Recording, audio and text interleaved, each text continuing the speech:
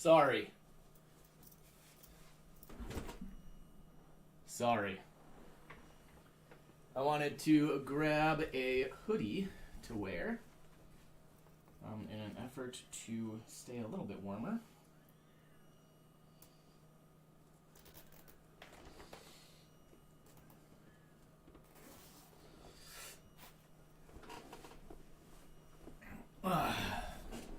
Okay.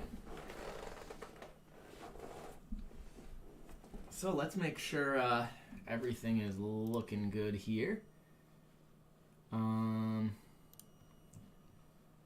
We need to edit the channel. We are not playing Pokemon.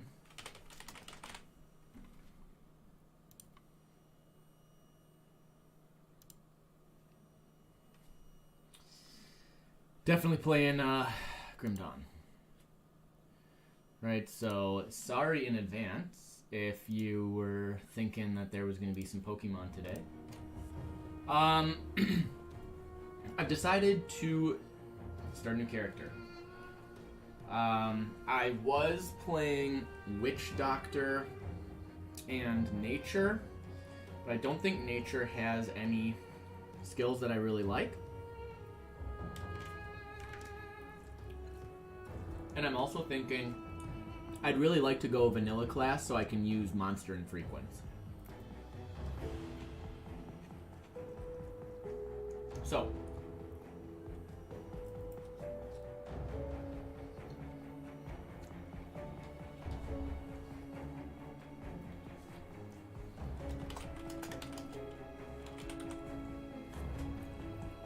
we're going to be Mr. D Part 3 again.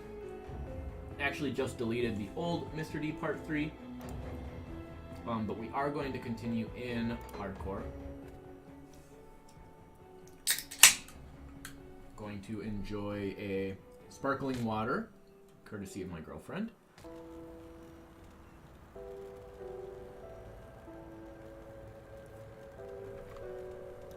Still drawing. He's Here, this camera.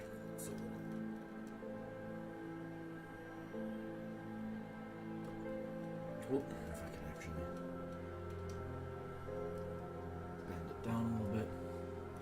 Yeah, seems a little bit more centered. So, I mean, you're not looking at the body. You will need. I'm thinking I'm going to go a Titan Quest Mastery and a Vanilla Grim Dawn Mastery.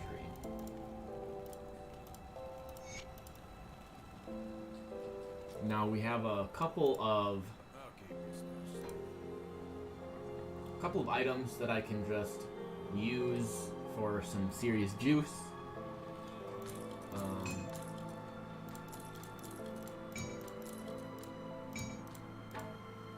don't want any of those, and we can put everything there.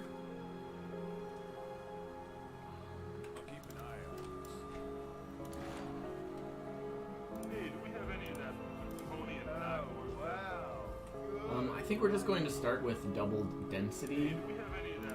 I suppose we can do alcoholic at the first level of difficulty on Grimace. I'll give you a good price on what I've got left. See you around.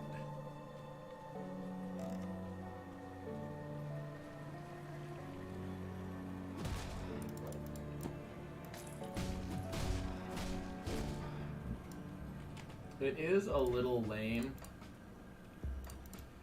to, start over. Like, the beginning is for sure the most boring part, but, now that I've played a couple of characters, I feel like I understand what the game wants out of me a little bit more. Especially given the scope of Grimarillion.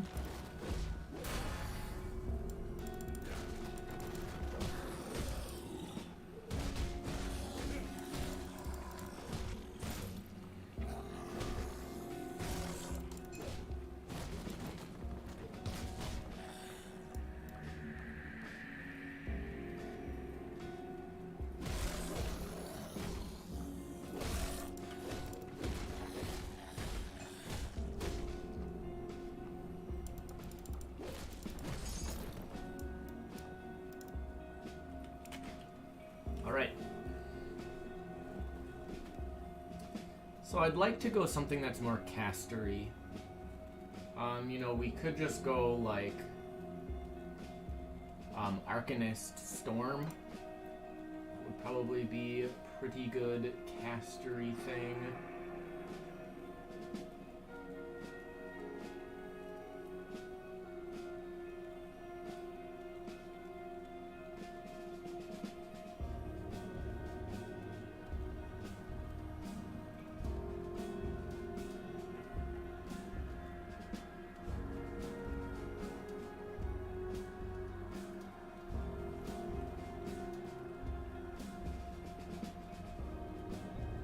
So we just like throw an ice shard or we throw a thunderball.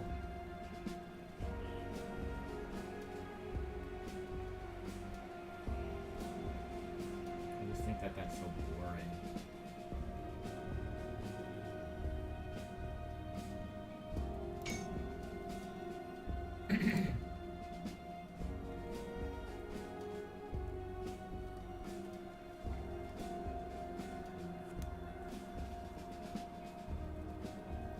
So I'm having curry.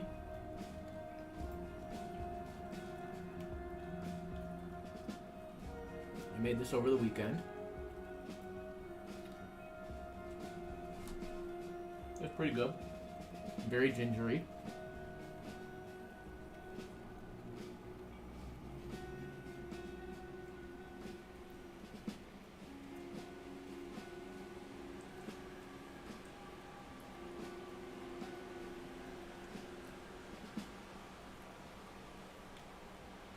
I don't really know what I want to do. I could go like a demolitionist and go like Granado. We'd be doing what, fizz and fire.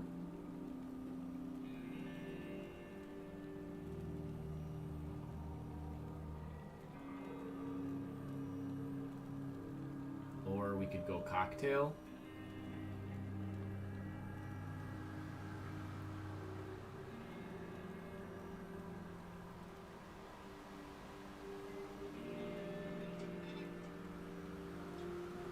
Yeah, demo might be okay. I have like not really ever played with a demolitionist.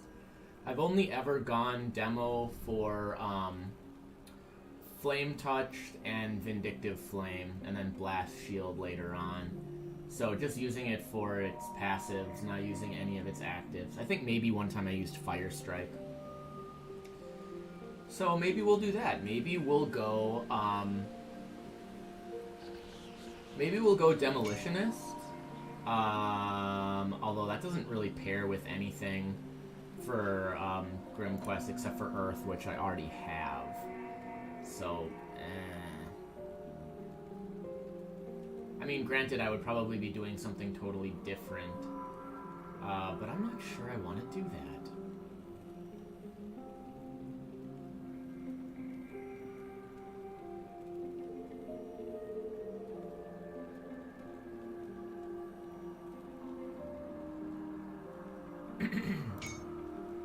Yeah, we're not going to do that.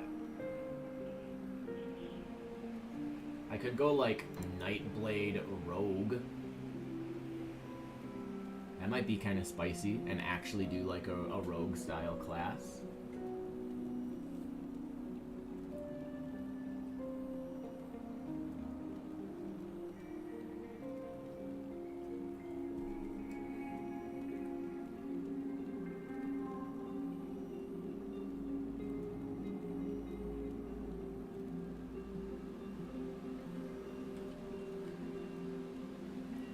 I like that in this one it tells you what types of skills they are. Like exclusive, toggled, buff. I really like being able to see that kind of stuff at a glance.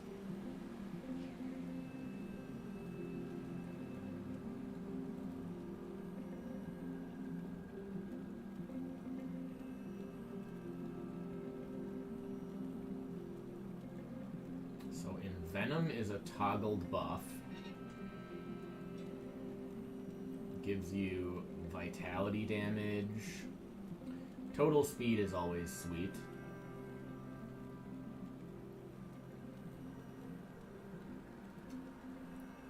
So it's poison and vitality damage, ultimately. So, does that pair best with Necro? Yeah. That could be kind of interesting.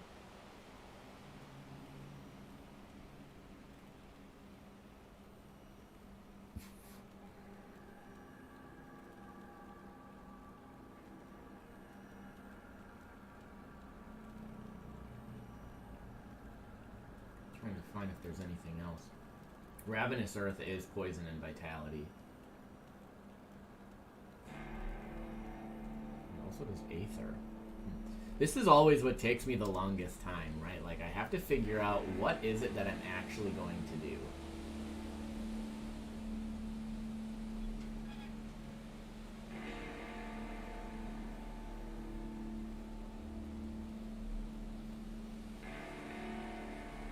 Vitality, Aether.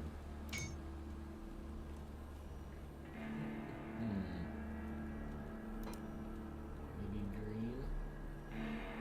Oh, Dream just gets a bunch of, like, weird flat damage. So this is Lightning and Aether. This is Vitality Chaos. And then, do they have a toggled buff? They have a toggled buff for Fizz and Retaliation. Like, they're kind of all over. Lightning, Vitality, Aether, Chaos.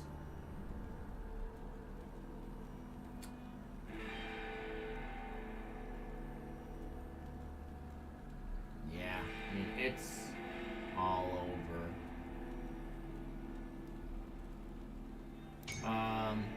Man, maybe we'll do Dream and Arcanist. I mean, that is kind of the only thing that makes sense. We won't go Panetti's, though. We'll do something different.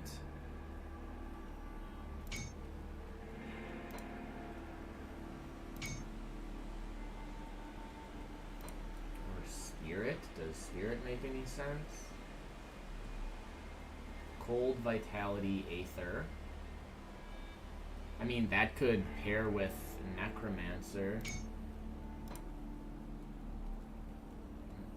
Cold, Vitality, Piercing, Vitality.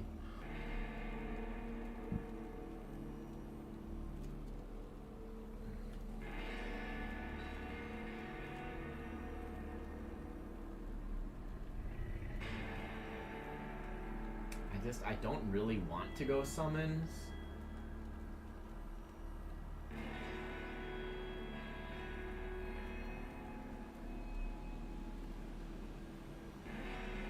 And I don't like that Bone Harvest has a recharge. I think it's really challenging to play that as like a main skill.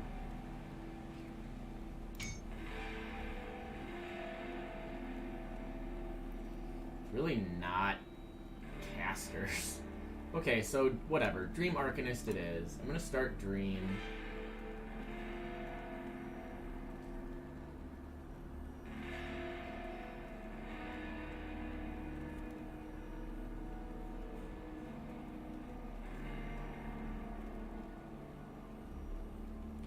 So attack and AoE.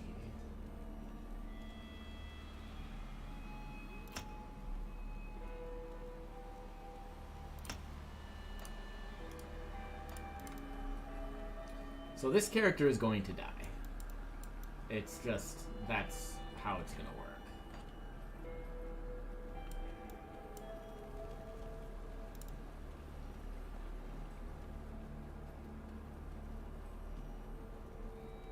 There are not a lot of enemies. It's gonna be hard to die if there's no enemies.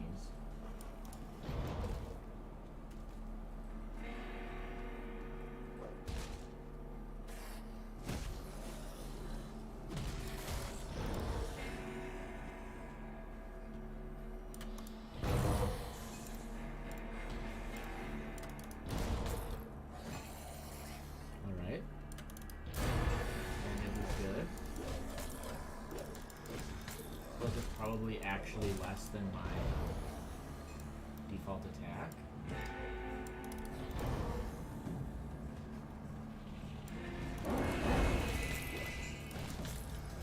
Wow.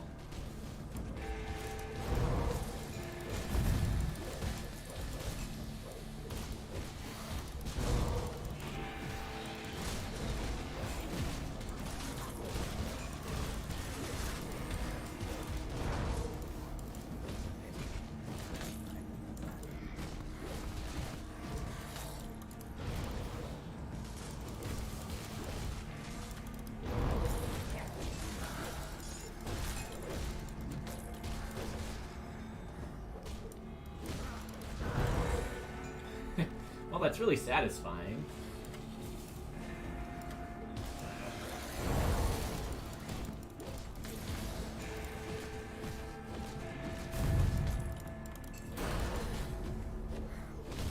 Alright, so that's 2 more levels.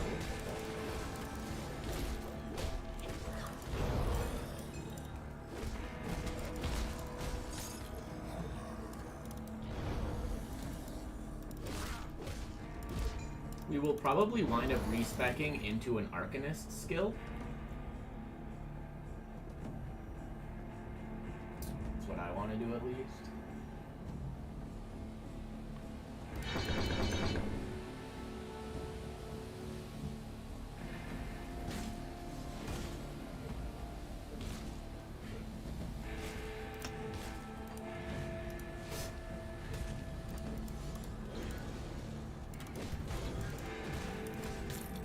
Okay, alright, I'm down with this.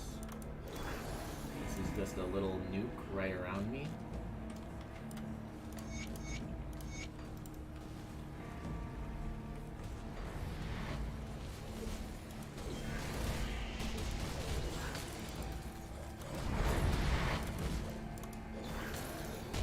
Has no cooldown.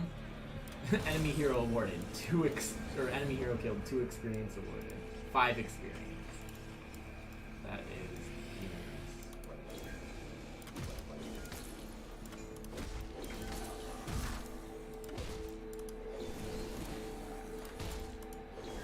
Okay, so this should be a very easy 1-button character for a while.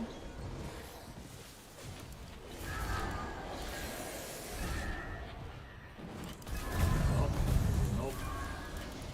Already not.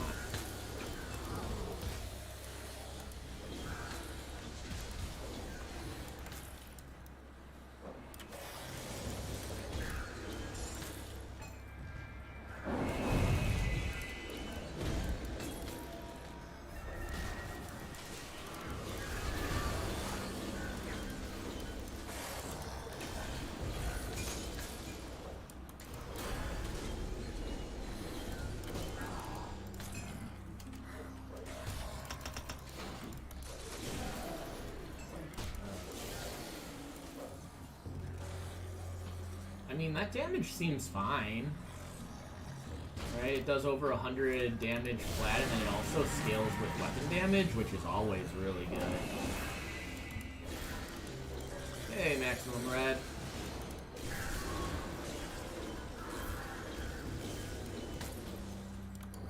My energy is low. Yeah, I don't love...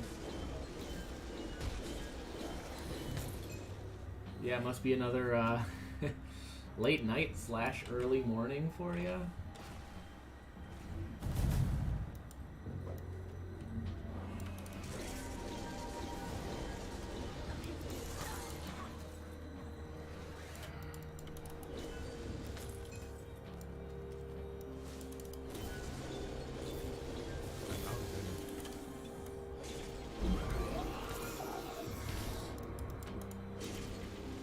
Don't worry, you're just going to be missing me playing yet another new character.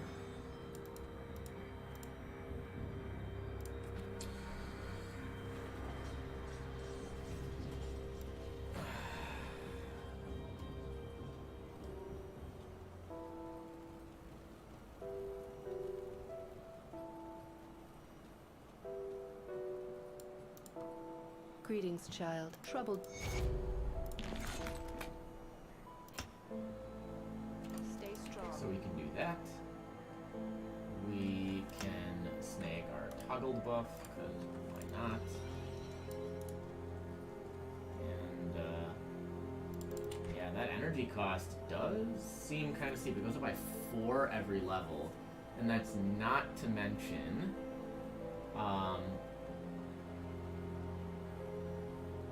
that it has this.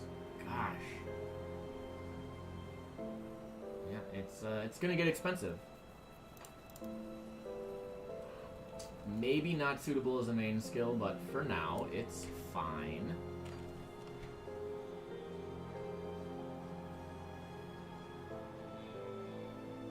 Oh, Space Engineer. I remember that game.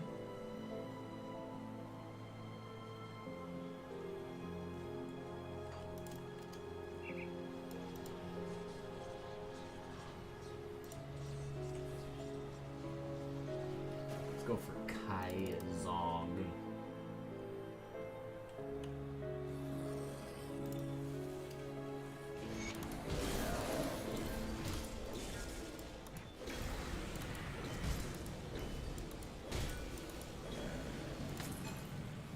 I don't love that. It seems like it takes a long time to get one shot's trash.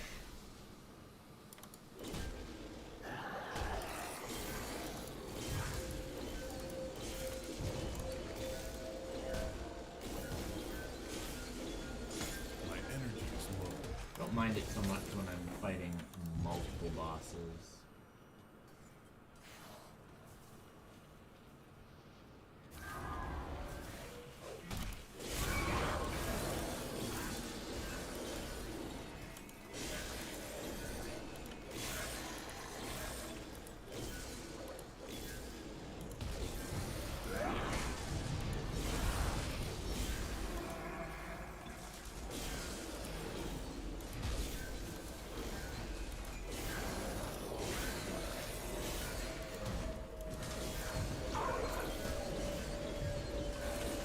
My energy is Man. low.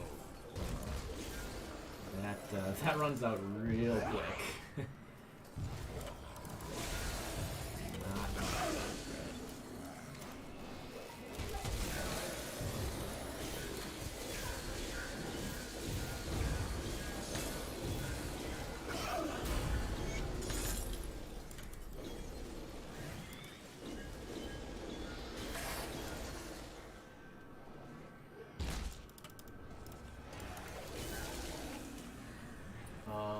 I can get energy regen off of Trance of Convalescent.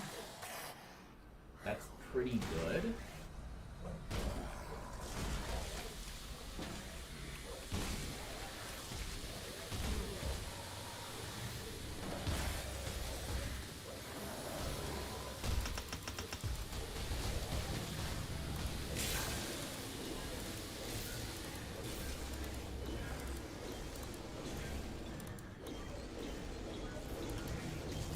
energy is low. It's not very good against anything that's resistant, so that's gonna definitely be a problem. And we do not regenerate our mana fast enough to deal with enemies that regenerate. Great. I don't have enough energy.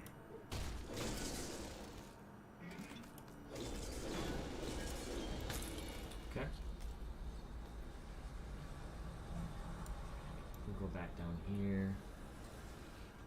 Should be some dudes like this way. My energy See, that feels better when everything just goes poof.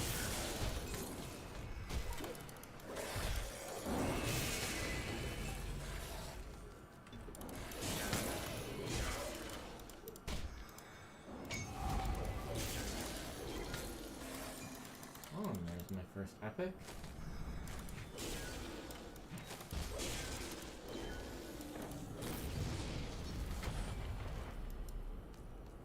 Alright, and then, yep. I don't know why, but it always seems to summon another little boss. It's kind of odd.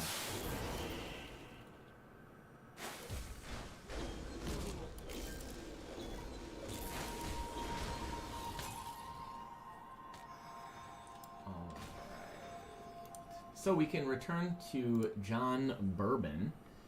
Turn the quest in. The debt accrue. I need some time to plan our strategy. Welcome to my rift.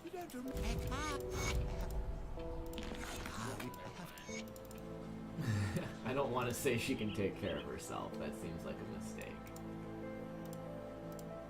This guy wants me to kill some guys, and he gives me a little bit of gold to convince me to do it. The captain send you over? Impressive. This guy wants me to Good news fix is, the water pump. Since I windmill, but this- it turns out all of the water is tainted. You can see because it's green.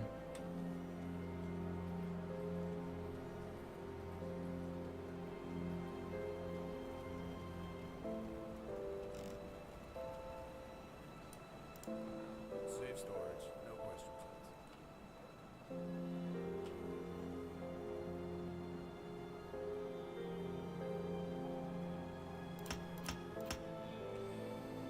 I'll keep So we are pumping physique for sure.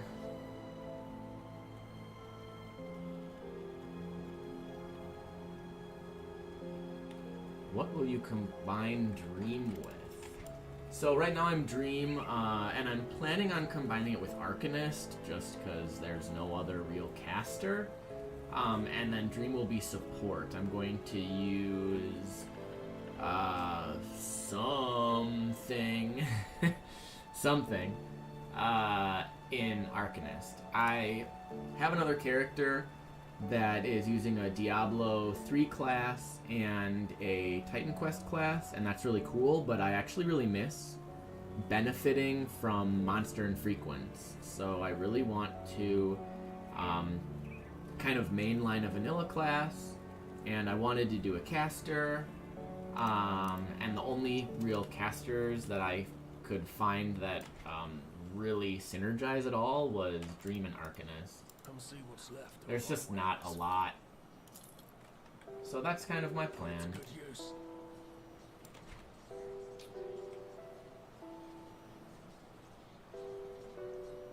You know what I can do? Yeah, of course, no problem. I don't mind answering that kind of stuff at all. I like having something to talk about. I actually think this is what I'm gonna do, which is lame.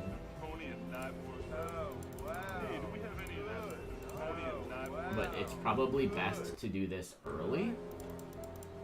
So we've cranked it up to Satanic.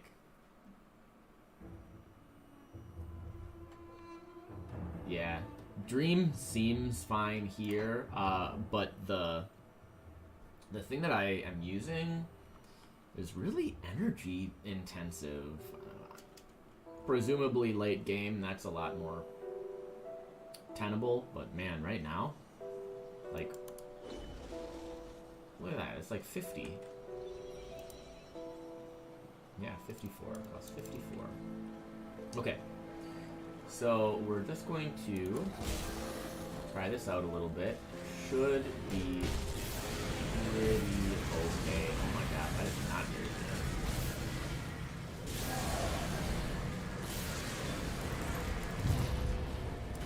Not going to end well. That is for sure. I thought this would be a lot stronger against a whole bunch of bosses. Why is that so bad?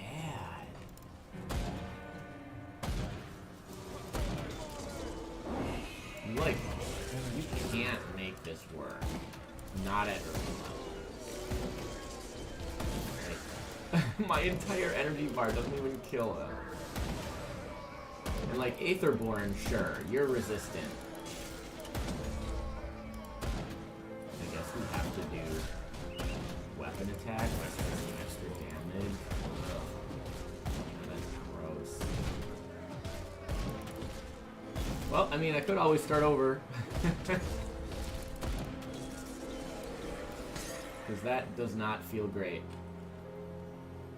Well, I could go Shaman and Storm. Maybe that's the move. Because that was kind of the other thing I was thinking of. Going Shaman and Storm.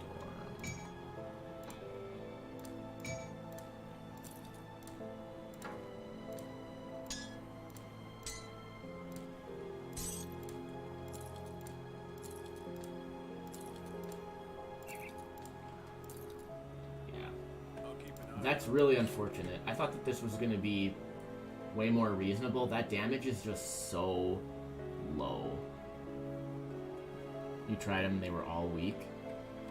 You know, that's unfortunate. I am using... You can see my character here. I play this guy when I'm not streaming. This guy is doing work, but he's using a Diablo 3 class alongside a Titan Quest class. And I just hit over 50 last night when I was playing. And like I'm Crusader and Earth. And I mean Earth, all I'm doing is I'm using all of the toggle buffs. And the weapon pool skills. But like these are very good. I mean, weapon pool skills with a bunch of AoE. And then all of these toggles are very, very strong. And then Crusader, I'm just shield bash. Like, oh, I should probably turn all my toggles on. Like, just going out here.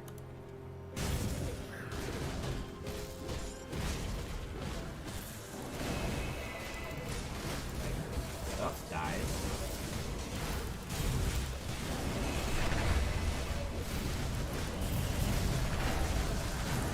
Like, I feel reasonably tanky. Like, I definitely have the potion spam, but I don't know if I've ever had a build in Grim Dawn that didn't have the potion spam. Like, you're just always hitting your potion cooldown. So, like, I really like this build, and it's just fun, like, just melting guys with a shield bash or two. And now that I'm level 50, I'm starting to get legendaries, so I've gotten a couple. These aren't actually legendaries. They're just tagged as legendaries. But yeah, I was using Earth to really good effect there. Well, that's really unfortunate. I think that means Mr. D Part 3 is also going to get deleted again.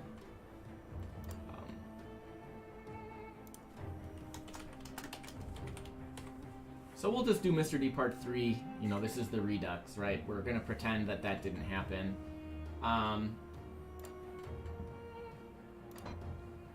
And we'll just go back for more. That was only half an hour, so whatever. I wasted half an hour. It is a shame that you can't like test that out. Like once you put a mastery point in, you are locked into that mastery. You're not looking at the bodies of the you will need. I suppose the alternative is I can go a Diablo 3 class with a vanilla class, because the Diablo 3 classes are way stronger. What is it now? The problem is whenever I pick a Diablo 3 class, I always want to mainline that class because pretty much all their skills are active. They typically each only have like 1 or 2 passive, or well, maybe 2 or 3 passives, but then like only 1 toggle.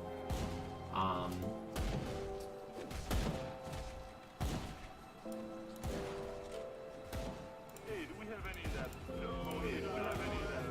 Pony tonight? Wow, good. My board. The other thing I need to do is I need to get my little level 1 twink gear set over here.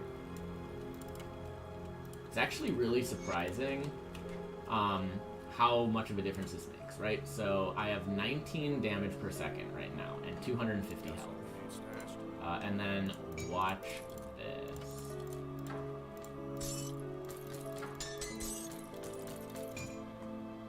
Right.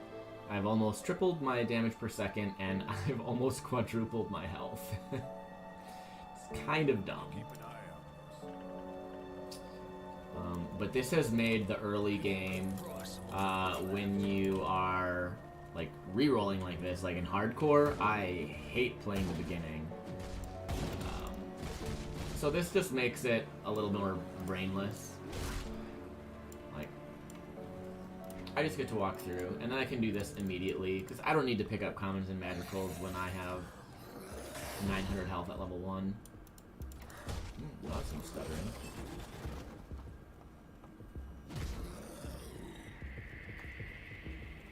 I have ginger.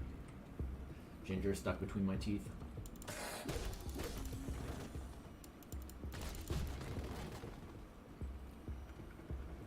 Yeah, the body on the bridge drops, I think, like 1 or 2 potions and then like a magical item or 2. And it's just irrelevant.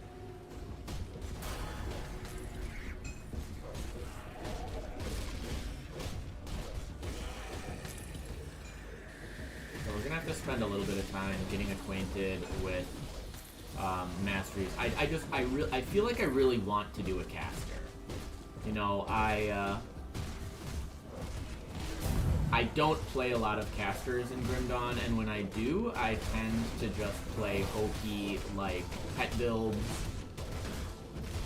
and I just want to try something different, especially because I'm pretty resigned to the fact that, like, if I'm playing hardcore, I'm just going to die, so I'd rather play something that I really enjoy, something that feels interesting, versus something that I'm actually trying to progress through the game. Like, the build that I'm playing solo, you know, when I'm not streaming, that build is very solid, and I've got, like, relatively good gear, and now that I'm starting to get legendaries, it's only going to get better.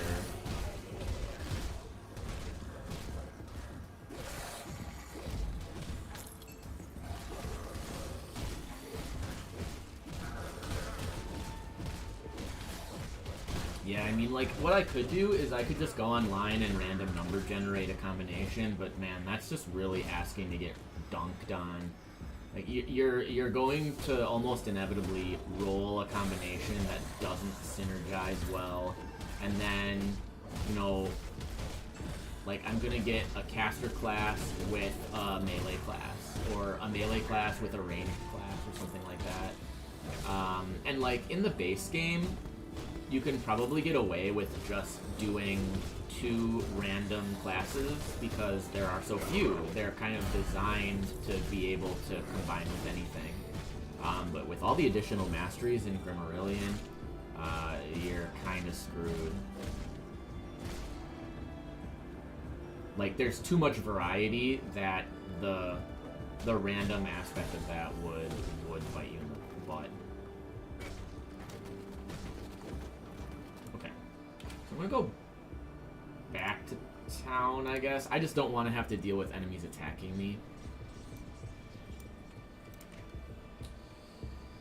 So, I don't like the Zenith classes at all. I don't find them particularly interesting. I hear that they are just really, really strong, but there's no itemization for them, and to me, that's just not what I'm looking for. Like, all of this stuff that has, like, the ZE whatever, I'm kind of like, I don't like that. That doesn't seem very clean to me.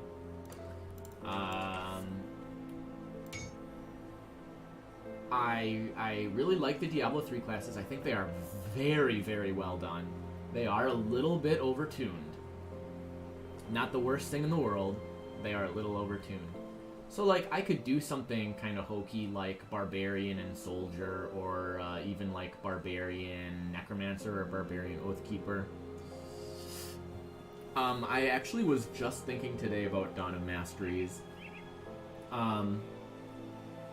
The token system to me is kind of irrelevant, and it really comes down to, do I like the devotion medals or do I like the shattered affixes?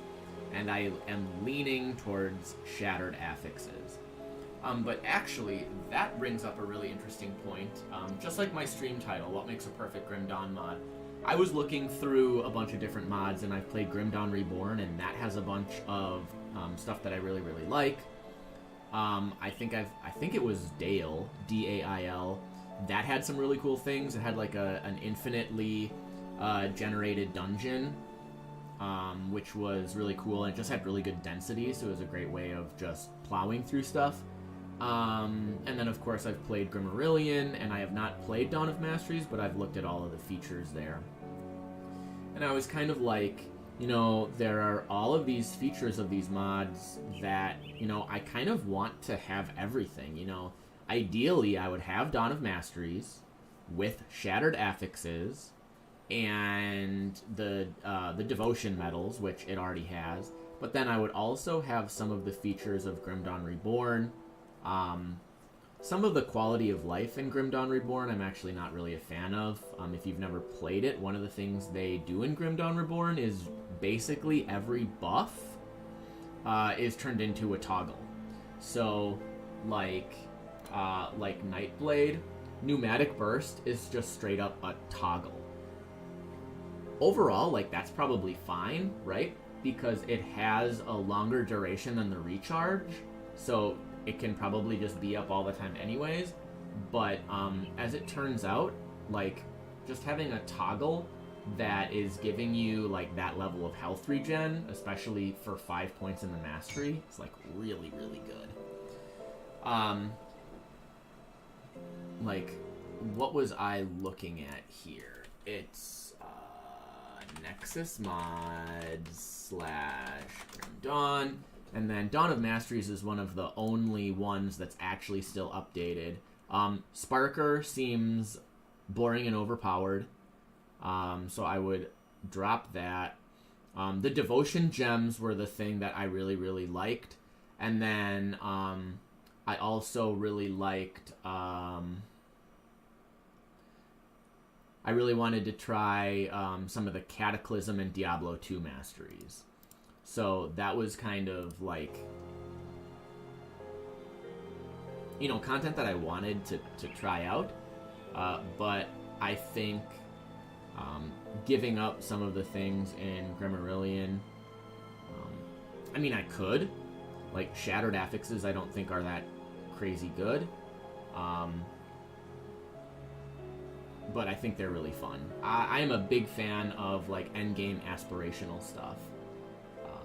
So yeah, actually just today, I was literally thinking about, like, I'll just make a custom hybrid of the two, right? I'll make Dawn of Masteries that has Shattered Affixes, and I don't remember what the other differences were, but there were some where I was like, kind of take it or leave it.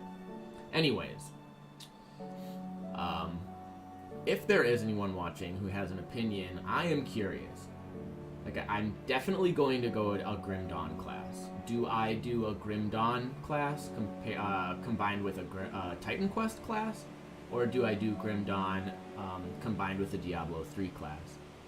Again, the big consideration here is just that the Diablo 3 classes are a little overtuned.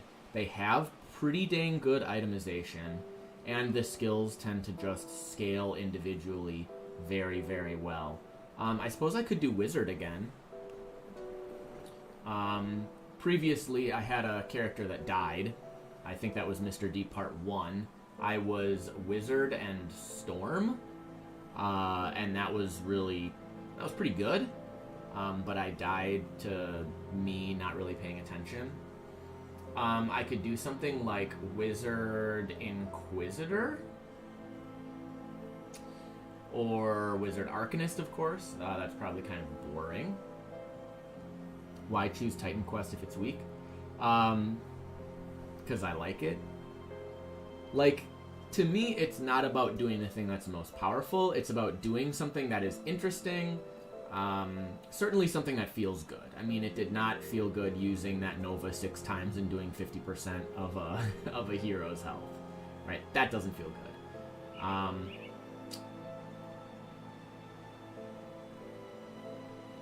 But I like a lot of the itemization in Titan Quest. Specifically, I like that this dude just can sell you these items that they will just, like, straight up give you +1 all skills into mastery. I think that is really good. And even if the Titan Quest masteries are overall a little weak, if I can just straight up get +6 to all of my Dream Mastery skills, like, very, very easily, that's obviously going to be super strong. problematic when it also scales their energy cost, right? That was kind of what made me nope out of there really quickly. But like that would be a really compelling reason to have a Titan Quest class in there. Again, itemization. Also, a lot of the epics and legendaries that are added from Titan Quest are just so strong. Let me show you some examples. I have Grim Dawn Item Assistant, so I'm going to open that up so you won't... Well, I suppose I can show you.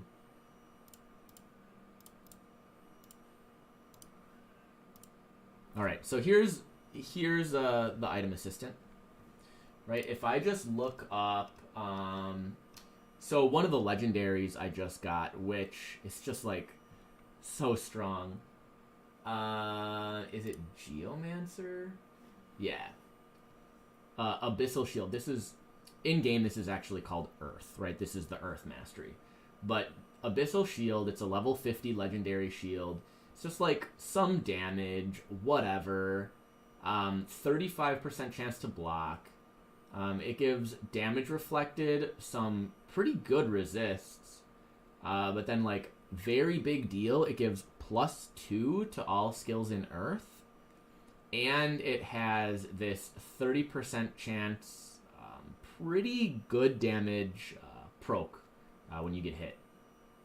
There's also stuff like this, right? This is just a shield that's +1 storm, +1 earth. And then, like, some retaliation damage. Again, good resists. Like, they're just... the items are really strong. So even if the Titan Quest skills are maybe a little bit weaker overall, the items are really, really good.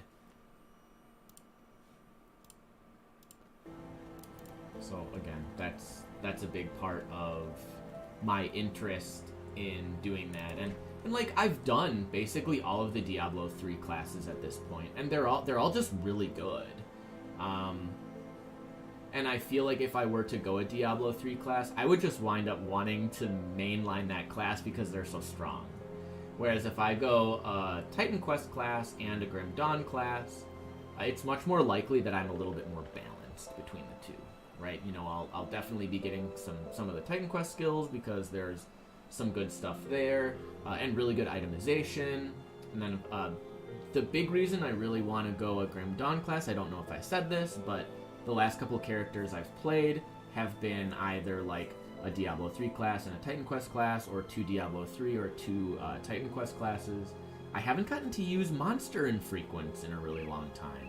So I just kind of, I miss that. I miss that level of itemization of, like, adding these little incremental bonuses to your skills, whereas with the Titan Quest and Diablo 3 classes, you just don't have that, or you have it in a much more limited capacity. The Diablo 3 ones, you can get some modifiers on, like, some really high-end mythicals, or relics. Some of the really high-end relics will give you, I don't know what you want to call them, but some transmuters maybe, some modifiers to the skills of that class. Okay. Anyways.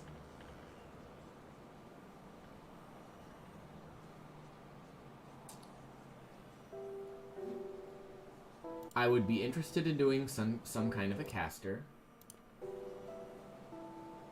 My computer is running really hot. I'm at 80 degrees right now. I don't really understand why that is, so let me see if I can figure this out. Oh.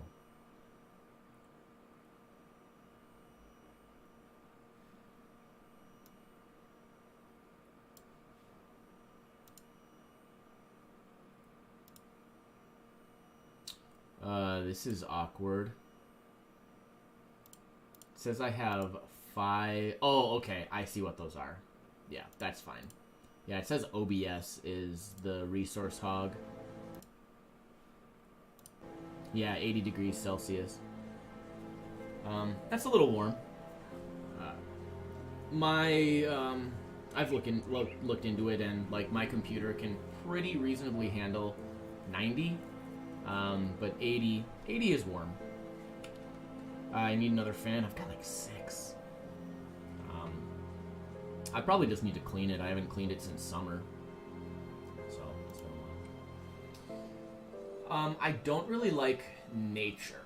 There's part of me that kind of wants to like go spear or something. Yeah, I don't clean my stuff out very regularly.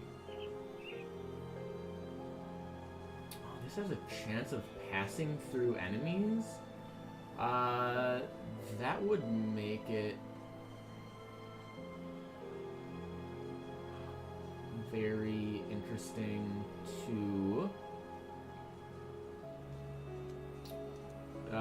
use like a 2-handed gun or a crossbow.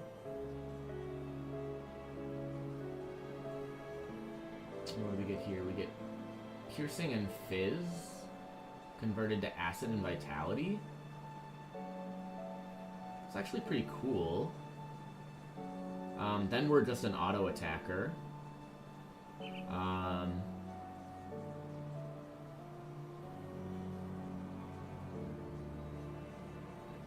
Killer Instinct is a modifier? How does that even work?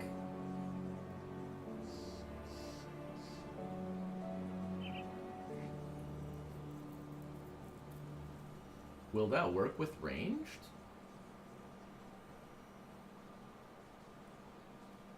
It's gotta, right?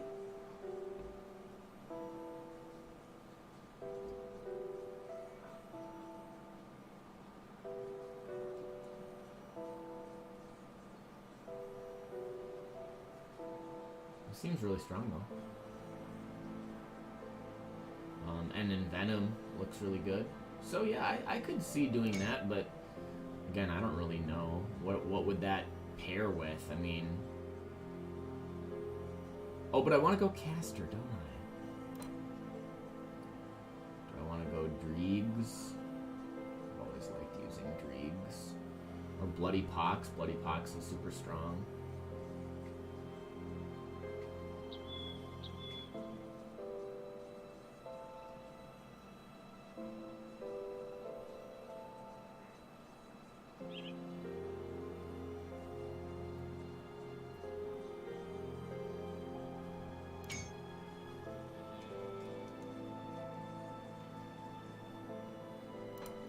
What does runes even do?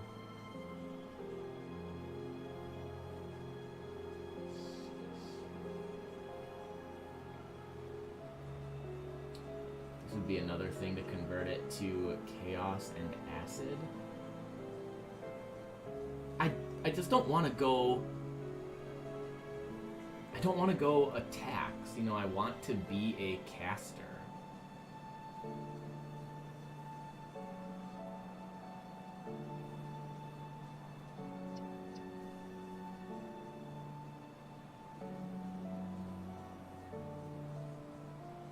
Okay, so it slows enemies on top of it, and then it blows up.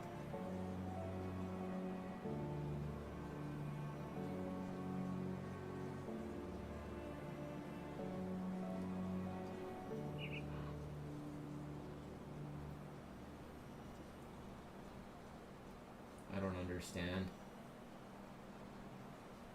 Oh. I was reading the true conversion part. I really don't like things that you have to place down and enemies walk over it. Or anything that has a delay. You know, I really like things that I press a button and things will take damage. Like, Runic Mines is probably better. Drop 5 runes on the ground that will detonate if enemies get too close. So that's effectively 5 times the damage.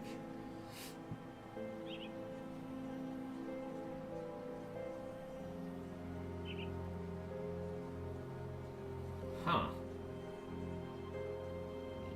Seems like it would be pretty good. We get some elemental.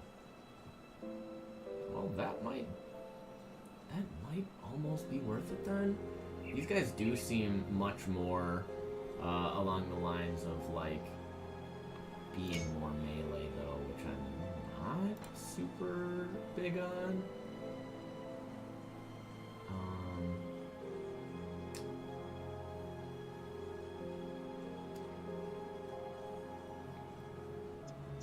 Vision of Death is reduced resist.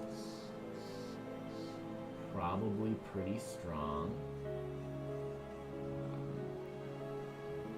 A toggle debuff and a toggle buff. And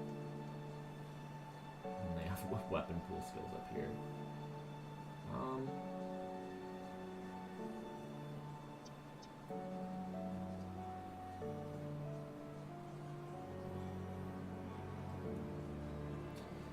I do really like having a skill that gets a weapon damage component. I don't know if that's actually necessary to generate procs, but it is something I always like. What were we thinking? Storm and Shaman maybe, and then I can go like Wind Devils.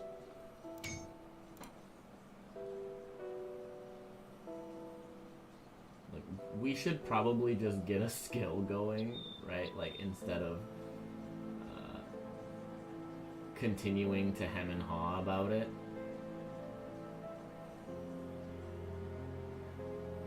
Thunder Scourge gives it chaining. Velocity gives it a chance of passing through enemies. Yeah, this is probably fine. 15 points is a lot though. What do we get in Shaman? We get Devouring Swarm. Wind Devil is 10 points. Okay, so we will start Storm. And we're gonna go Storm Nimbus to start. That's our first point. And then I'm gonna go Thunderball. Energy ramp on this is a lot more reasonable. Damage seems to go up pretty well as well. Let's do that. Okay. Sorry that took so long. We are only on the alcoholic setting.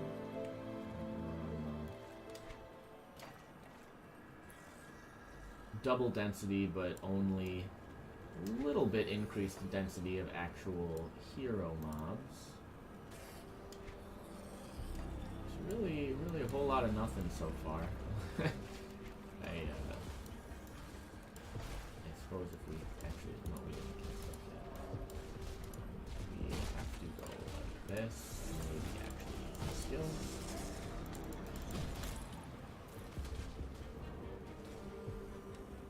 We actually did kill all this stuff.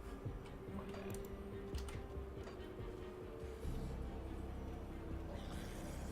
So that was very unimpressive. Okay, that radius seems fine.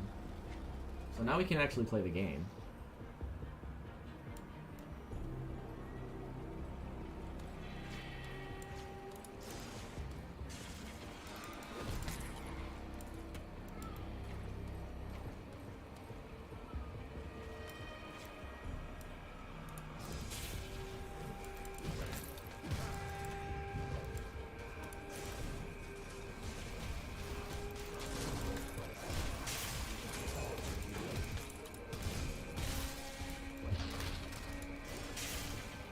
Well, the range on this feels really nice. I like that I can just like go like that, and it has enough area where even if I hit a monster next to it, it's probably fine.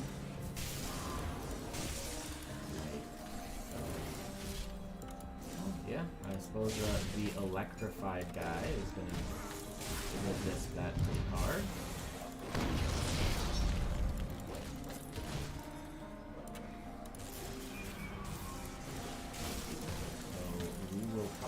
Something else to deal with electrified dudes.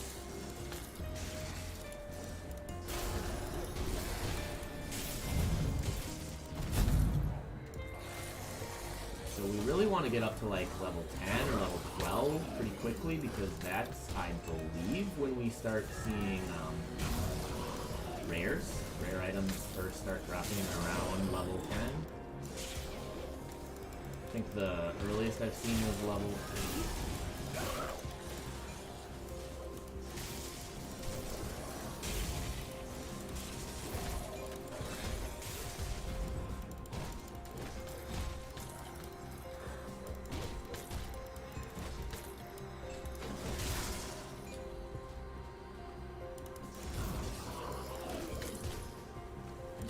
This feels so much better.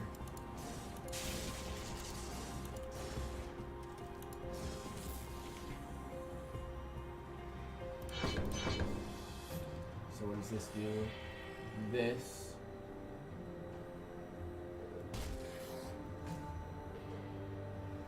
Huh. That's interesting. It gives it...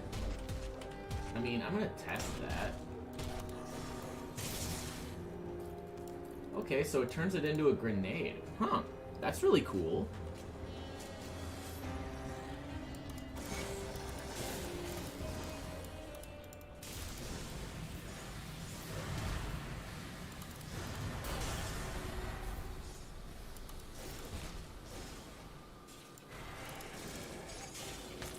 Man, I like that.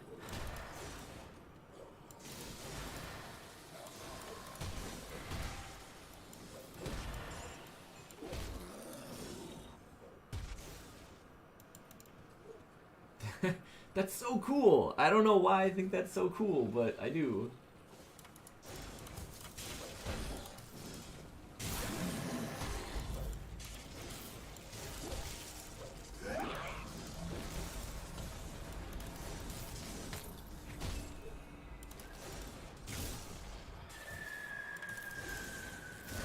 So in this case, the cooldown is actually totally fine.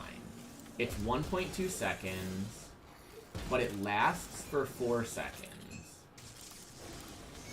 Which, part of me would argue that that's actually way better.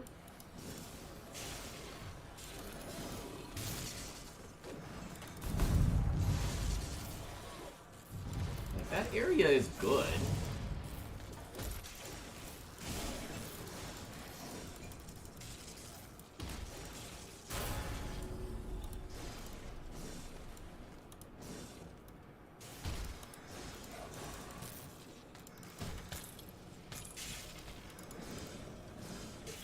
Oh, you know what I need to figure out how to do?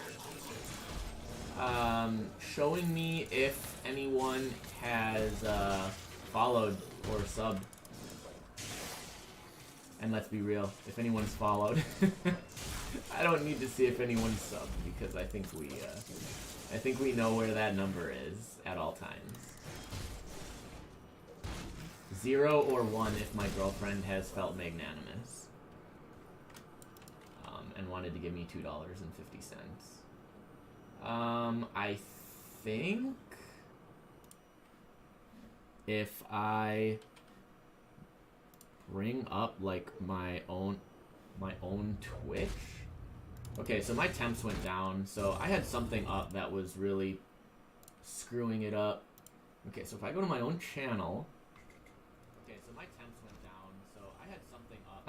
I actually want chat. Okay, so if I go to my own channel, I actually want chat. Alright. I think I will see anything now. At least from my Twitch. I think I will see anything now. Although I'm also hearing myself. So let's mute myself. Okay. Man, too many windows open, I swear. Okay, so we got Kaizog. We need to get the shrine. Whew.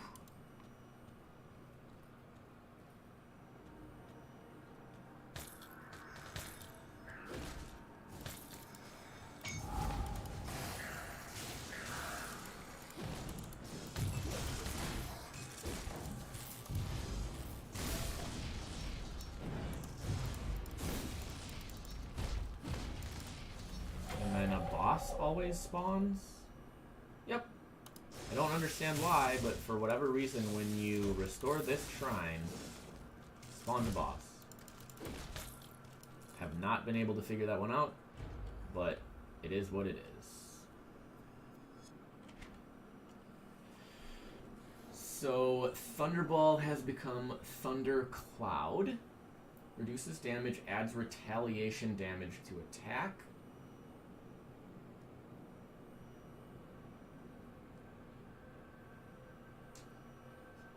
Oh, there's also Squall.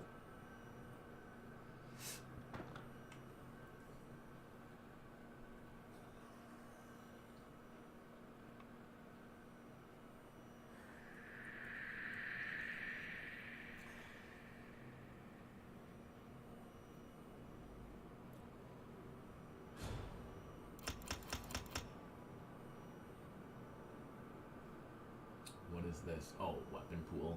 I don't suppose we really care about that.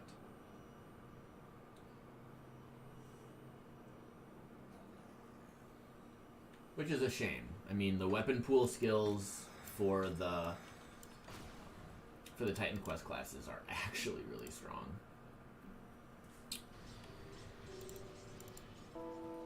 The debt accrete. I need some time to plan our strategy. Alright, so I think I have everything everyone needs. Welcome to Rift. You don't remember X. Oh.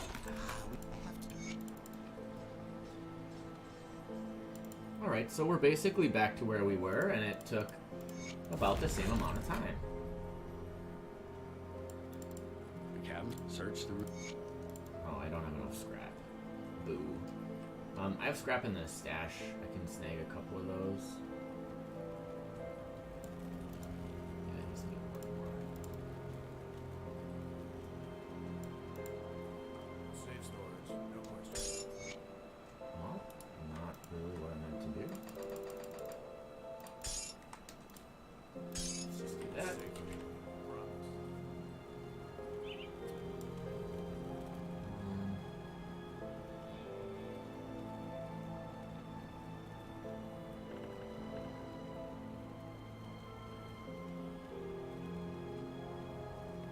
So freezing shards. I don't know, Thundercloud seems like the best. And this this electrocute damage on it is really good.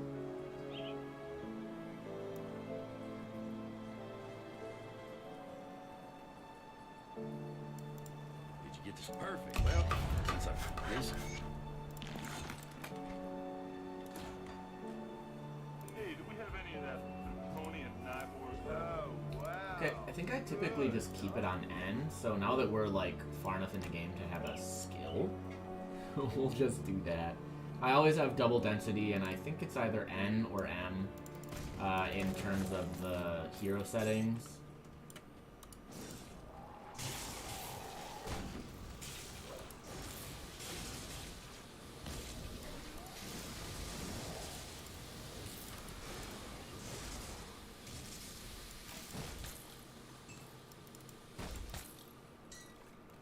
We'll try to get some actual loot.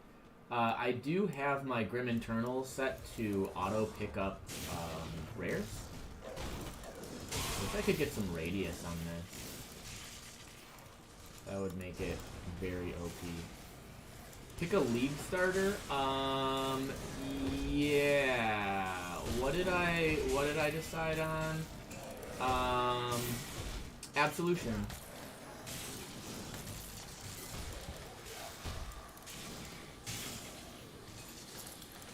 Probably as Necro.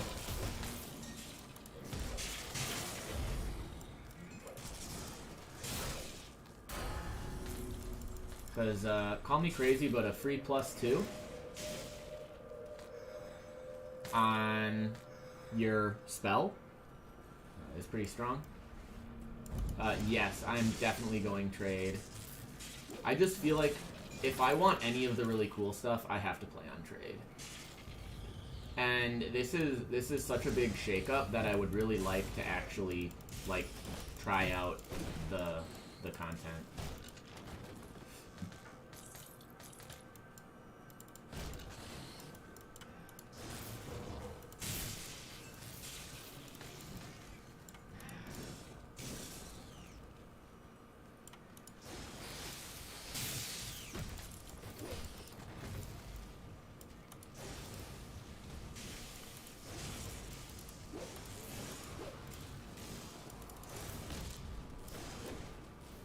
like, obviously I'm gonna want to try to get the jewels, and like there's so many things that I think if I were in SSF I would never get to see. You know, like making the Conquerors less accessible, I don't know if I would ever see a Thread of Hope. And so like Thread of Hope is an item that I think almost every build wants. Like I don't know of a build that doesn't want a Thread of Hope. Just to even just like if it saves 3 points, it's worth getting.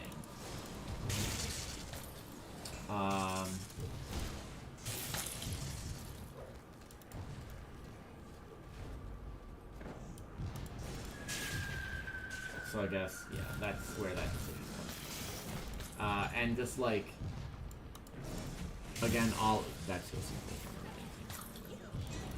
everything. Yeah, and this is actually not even all that strong. Like it's one-shotting trash. And one thing about vanilla that I think is really easy to forget is, like, especially when you're new to the game, I think a lot of players use their skills wrong early on. What the game wants you to do is just max out a low-tier skill really early so that you can do this. Like, in vanilla, there are totally skills that that do damage like this. Word of Pain. If you've never played a Word of Pain Inquisitor to start, man, they do so much damage from like 1 to 30. And Word of Pain just has really good mechanics. Just like targets an enemy and then everything around the enemy takes Ellie damage every second. And it lasts like 5 seconds.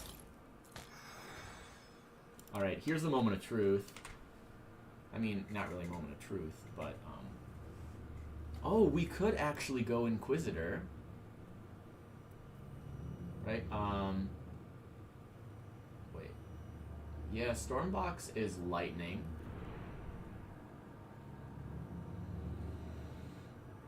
But that's it, right?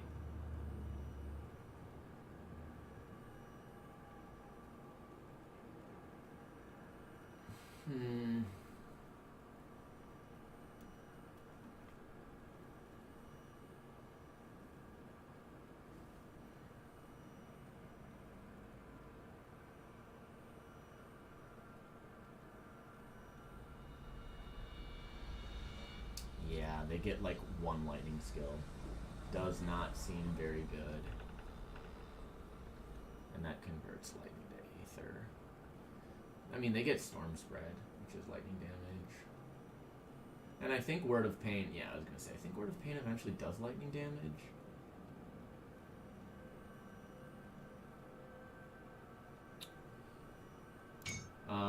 But I do think I want to go Shaman, and I think I want to try out Wind Devil, because I think Wind Devil is really strong.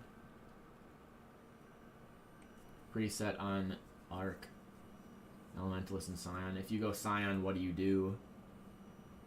Do you go, like, Elementalist Inquisitor, or do you go, like, Pathfinder and something?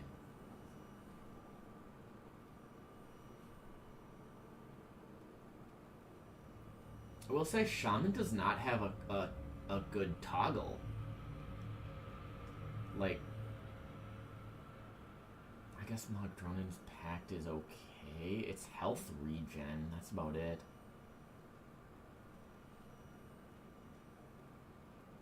Comparatively, it's not very good. Elementalist Pathfinder? Okay. That was kind of my thought. Cold.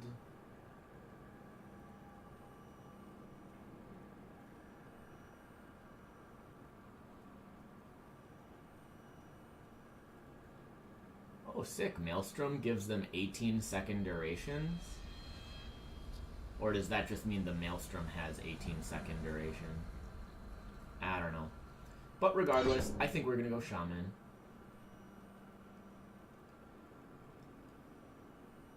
it will feel kind of bad not actually using Shaman for very much, besides our actual main skill, but, like, that's fine, right?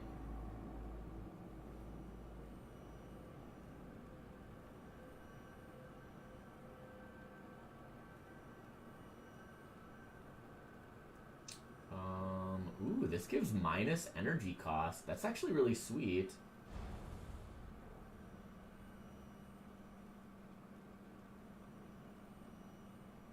Man. Storm Nimbus is really good, too.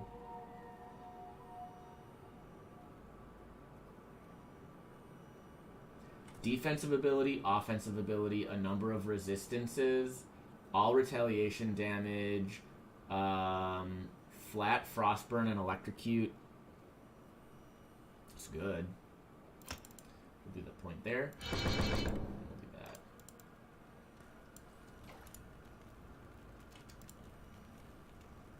Cyan would be a lot worse for leveling.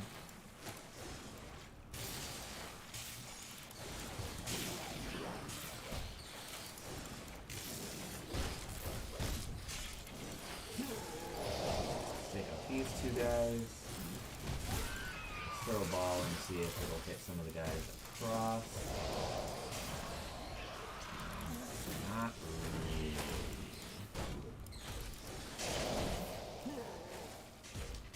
I just don't want to break the door down. I want to cheese them because all this door specifically has killed me a number of times here. Because it spawns, you know, like there are a number of heroes on the other side of this door, and if I nope, I accidentally did that. I was just gonna say if I break down this door right here, they will come out, but we've already cleared most of them all, so we're actually okay.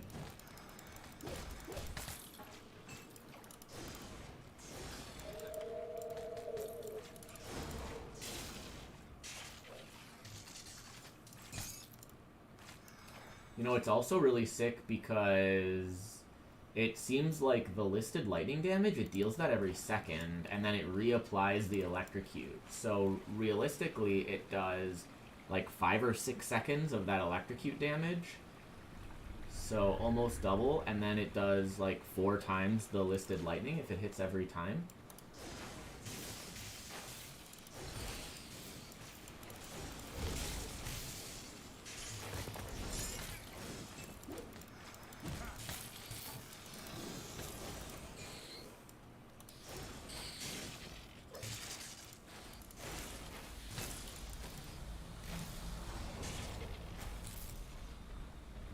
So, like, that did almost 1,500 damage in one cast, which is a lot more than the tooltip would lead you to believe, so that's really sweet. Imagine actually doing damage.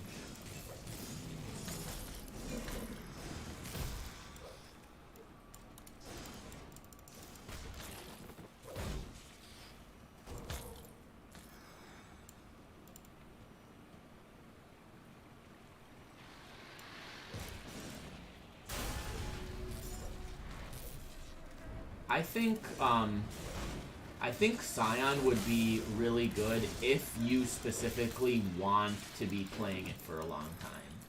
If you just want it to be a league starter, I think Elementalist is going to front load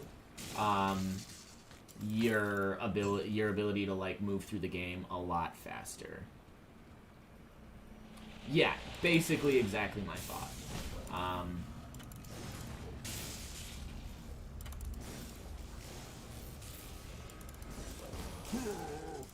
Starting an Elementalist to me makes a lot of sense.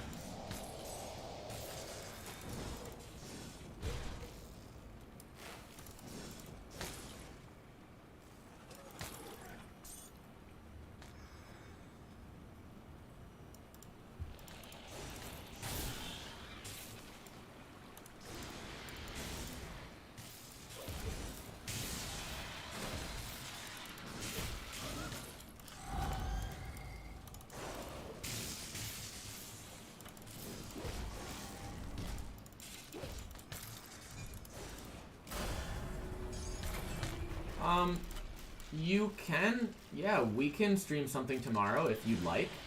I might be able to get Jana to join instead, so she and I could play Starbound or like something else. But yeah, I'd be down to play something if there's something specifically you would like enjoy playing. I also don't necessarily have to do a two-player stream. Like, just because it says I'm playing two-player games, it doesn't have to be every single week. I recognize that, like, you know, I don't want someone to feel obligated to play every week if that's not really something that they're feeling. So.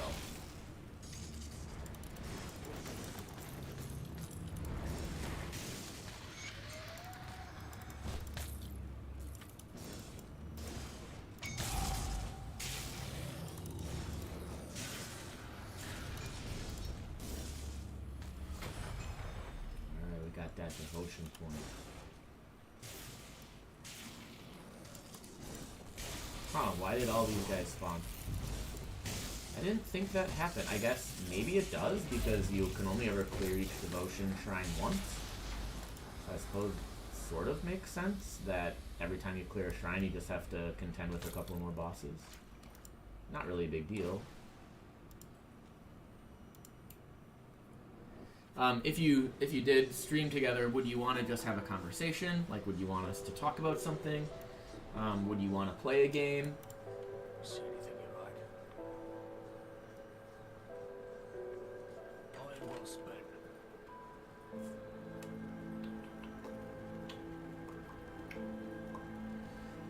So I think we can probably get rid of our level 1 gear set here.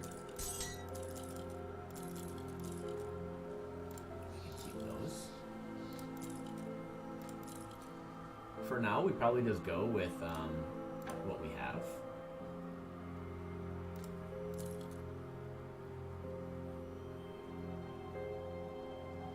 And then we figure it out later.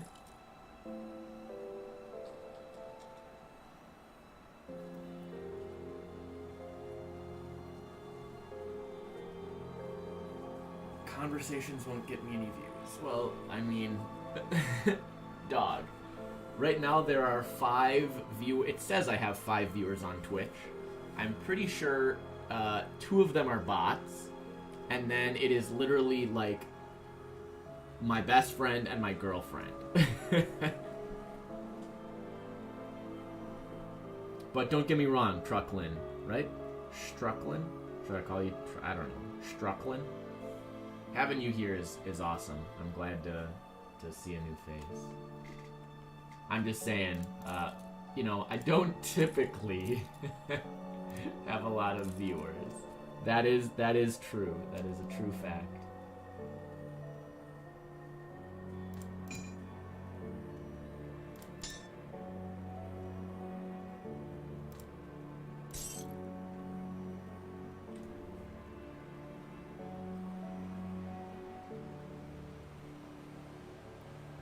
Man, that damage to Stunjack seems way higher than normal. 741?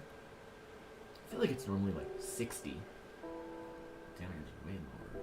Whatever. I'm not complaining.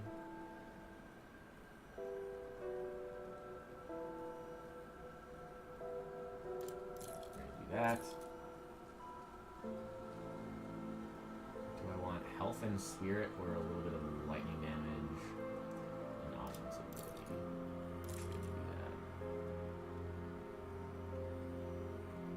Yeah, we did have that conversation.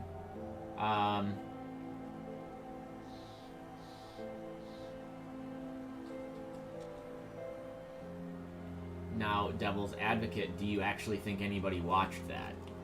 Like, I guess that doesn't matter, right? If nobody watched it, that is perhaps a more legitimate endorsement of the idea that we should just play a game.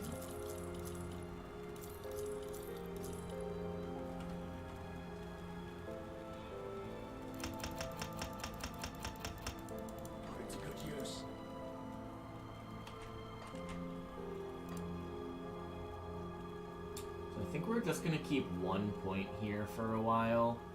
until we can do kind of a big respec and get some stuff in Wind Devils.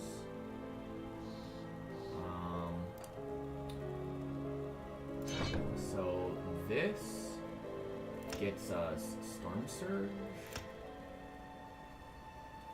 I do think Squall is going to be really strong, right? That's minus Elemental, and Wind Devil is going to be Fizz, Electrocute, Cold, although I think only one resist penalty stacks. I don't know, but there's a... What game would I want to play? I don't know. So, if either of you were playing with me, I would just want you to play a game that you're enjoying. Like, I'm pretty flexible, especially because, like, I'm the content creator, so I'm not going to be picky about the content if it's something that you're going to enjoy, something that's going to spark some conversations. You know, generally speaking, not only entertain you, but entertain whoever else is hanging out. I'd play a new game. I would play an established game. I would do some weird two-player playthrough, or whatever. Like, I'm very flexible. I would just want to kind of get that hammered out, you know? So, I had used Storm Surge before, and here, I'm just moving some stuff around here. And Storm Surge seems really strong. So, it does the damage around you, when someone hits you. When the skill recharge goes down too. Yeah, and Shocking Tempest is very good as well. Let's remove this.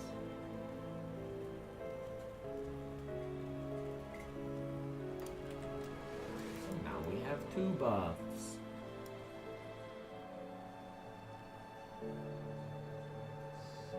Yeah, I mean, I could play Remnant. It's not that I wasn't feeling Remnant, it's that I didn't get it.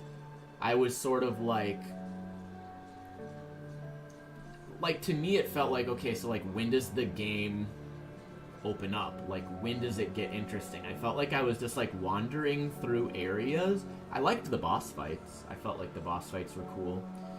But the character progression felt really weird. It didn't feel like there was character progression. And if it's one of the games where you do like, you know, like runs, I've learned pretty quickly, you know, I don't like that kind of a system unless there's a really, really good sense of meta progression. And I don't think Remnant necessarily has that. I also think it's the kind of game that, you know, even if we played it together for a couple hours, I don't know if we would actually make any meaningful progress.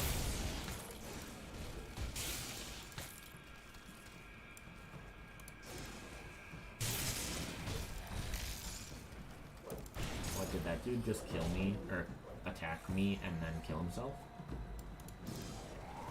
I guess stuff only had like 40 life. We're pretty low level here.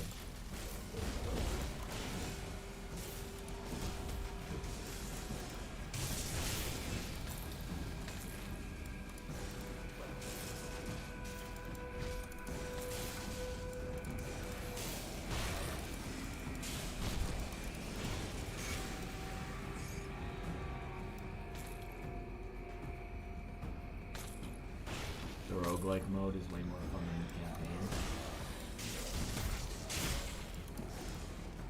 I haven't beaten it. I mean, I'd be willing to kind of take your lead if you wanted to try the roguelike mode.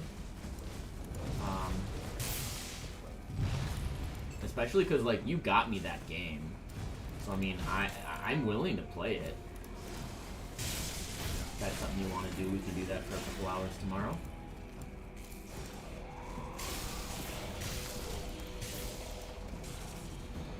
Let's get, is this Pusquill?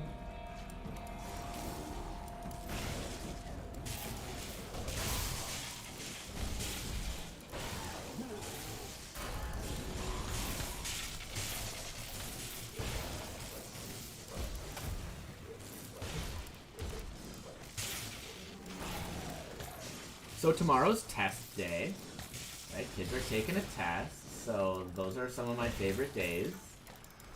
Not that I necessarily get to chill, but at least it is a much easier day for me than your typical day.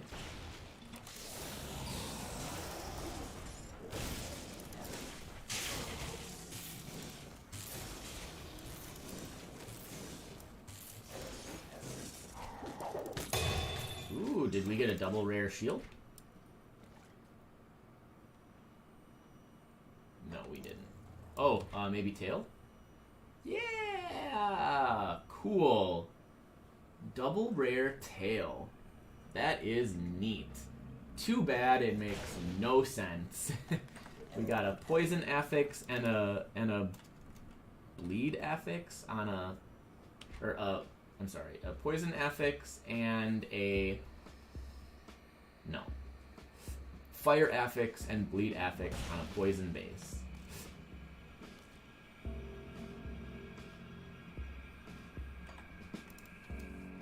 Well, whatever. It's still a double monster infrequent, which is always cool to see. Double rare monster infrequents are largely considered to be the rarest items in the game. I think the mod is Grim Dawn Reborn, but there's one mod that I played for a while that it's totally overpowered, but it made it where every empowered and mythical, epic, or legendary could drop with affixes. So it could drop with, like, the rare prefixes and suffixes. And while that is ridiculously overpowered, with a rebalance, man, that would be so interesting. Like, it's basically turning your uniques into monster infrequents, where there are, like, some built-in mods, but then you're really chasing the double rare dream. And again, I mean, I had said it earlier, but I'll say it again, I love systems like that, where it's like, okay, yeah, you can get this basic, off-affix legendary, and it's pretty good, but if you are chasing the, like, double synergizing, like, legendary, with, like, a good prefix and suffix, like, that is great for farming. And I love stuff like that.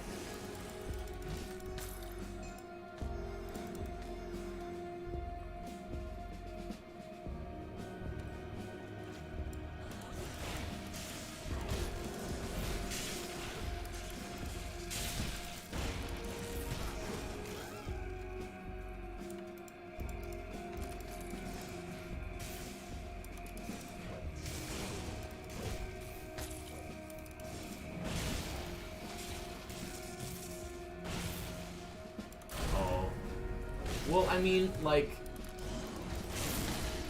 that's certainly something that we can plan on doing, and we could also do it off stream. Like, I would go through the campaign.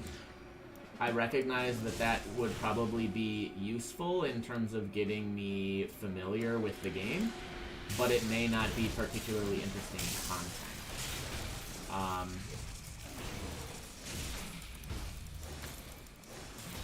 I suppose the other thing I could do is, if streaming the roguelike mode is something you really want to do, like, I can take my own time to do that. And again, it wasn't that I disliked Remnant. I had a hard time gauging, like, I don't know, was it a shooter? Was it, I just struggled with figuring that out. Like, what kind of game am I playing? Is kind of like what I was asking myself.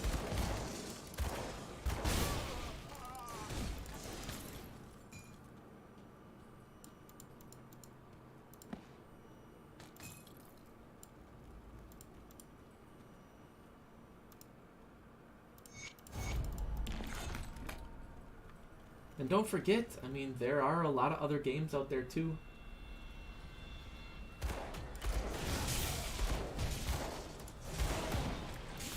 Or heck, we could buy some cheap two-player games. Play Fall Guys. Play Among Us. Marketed as Dark Souls with guns. Yeah, I suppose I can kind of see that. It did have... I wouldn't say it necessarily had punishing combat. And also, I know that that's something you hate, so it probably makes you cringe to hear them market it that way. But, you know, it's a challenging, you know, action RPG game. I don't think it necessarily had the precision elements that Dark Souls is known for, but yeah, I think it seems like most gamers just say that any game that's hard nowadays is a Souls-like. And we all know that that's just very disingenuous to, like, most games.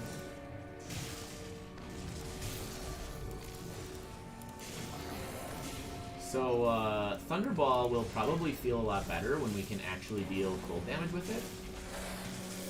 Because it will make us less bad against resistant bosses.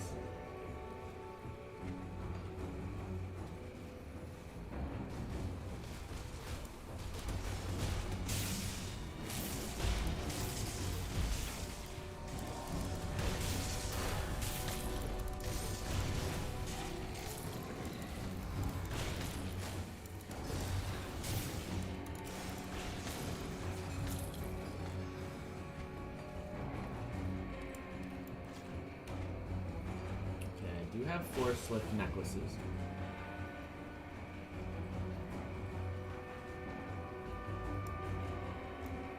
Oh, okay.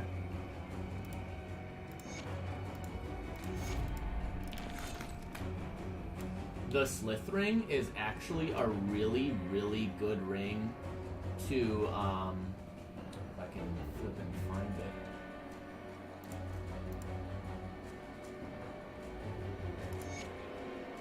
Dude, honestly, where is it? Oh, equip. It's actually a really good ring to, like, twink, because it has no level requirement, and I'm pretty sure every character starts with 50 in all stats, so requiring 40 spirit is fine. And it's got good resists, right? 12 poison, vitality, elemental damage, or elemental resist.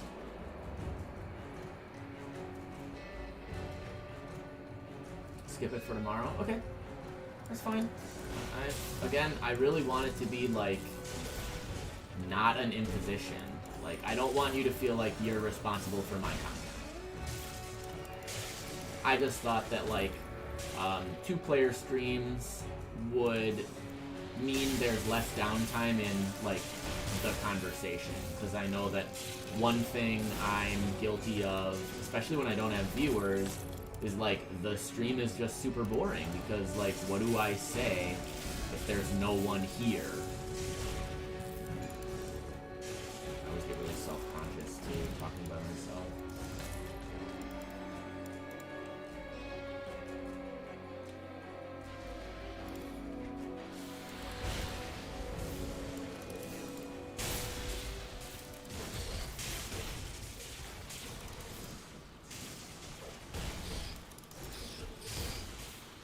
For sure, yeah. After League launch, we'll do some mapping together.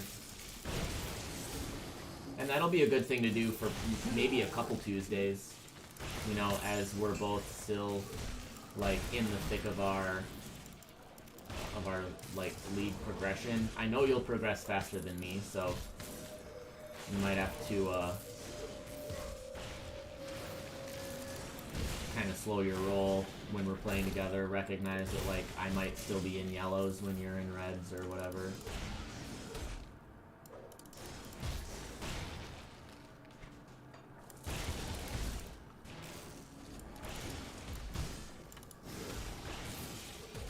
Why does this guy just, like, not take any damage?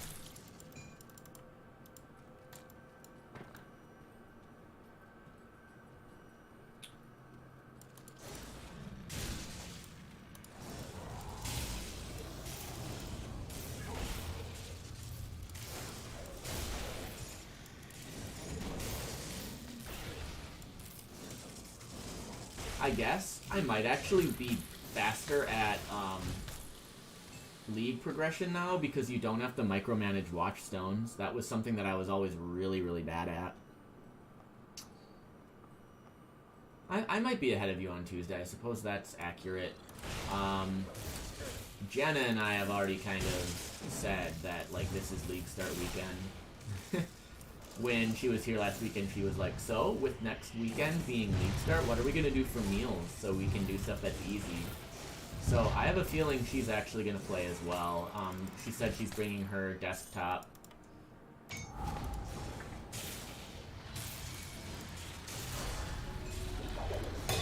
Oh, another double rare. Are we going to get mini bosses? Yep.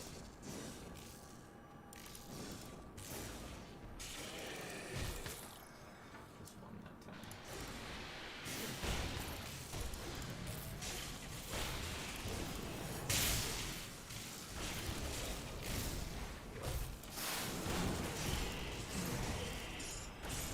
So, I mean, if this damage keeps up, we're going to be doing really well, but I don't know if it's going to keep up, just given, I think it only has, like, 2 modifiers?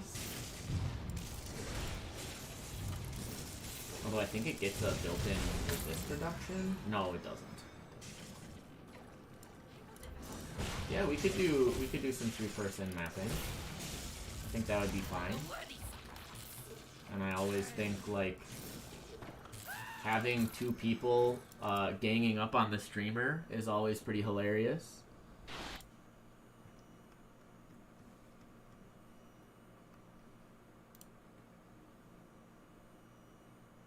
Oh, man. Sorry.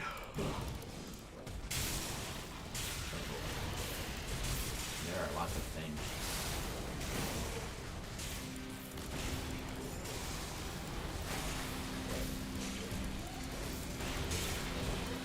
Definitely taking non-zero amounts of damage. That is a problem. That is a big issue as a caster. Not having the armor, not having the mitigation, not having the block. Maybe I just have to go a shield. It wouldn't be the worst thing. I could do that.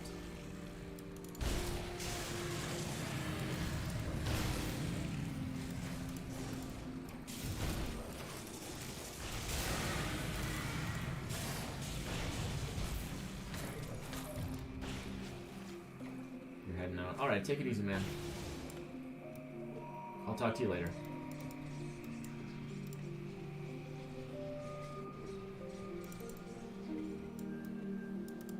Come see what's left of my wares.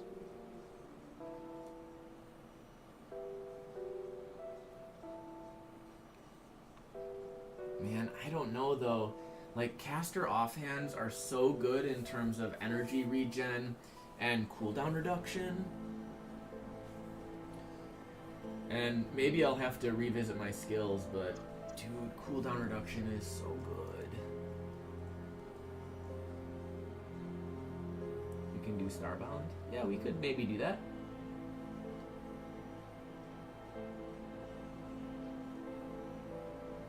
Again, I'm not even married to the idea of doing, like, 2-player streams. Well, It's just, like, I just thought that that would be something to change things up. The issue with Starbound is, I think, the number of people that want to watch that is very small. And I also think that, when we play Starbound, we do not make that a very interesting experience. I didn't even know I picked that up.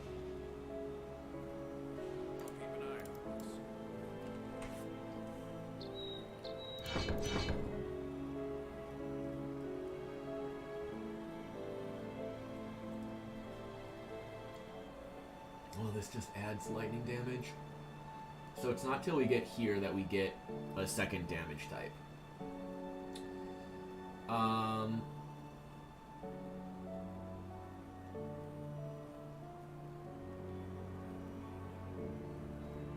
Yeah, Squall. Squall is a pet modifier? Huh?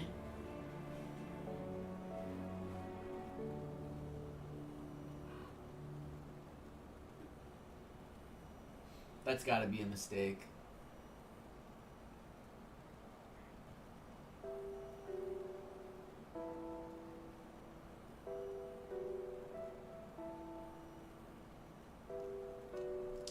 So theoretically we could respec 16 points here and we'd have 26 points. Which means I could go 9 into here and then get Wind Devils. What's the recharge on that? 4.5 seconds?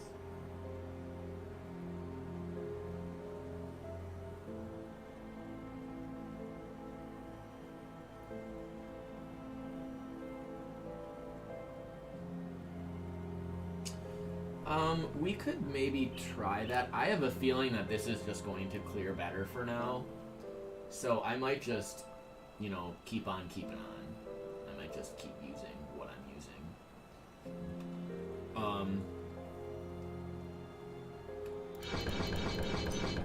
We definitely want one more there. Shocking Tempest adds a lot of damage, and attack damage converted to health is actually really sweet. Chance of knockdown, slower attack, that's really good.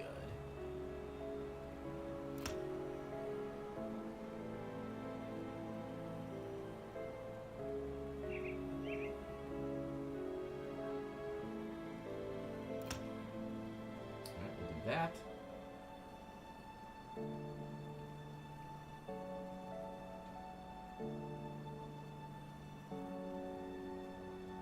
And then I suppose it's probably just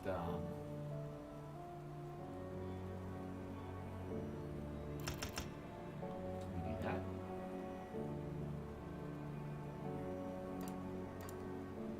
Okay, so what do we want to start here? We probably want to go something like this. Get Tsunami.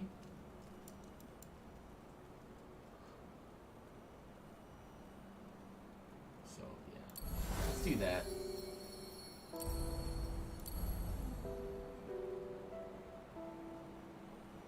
Tsunami's good. A little bit of damage, some defensive stats, right? We're getting defensive ability and some physique.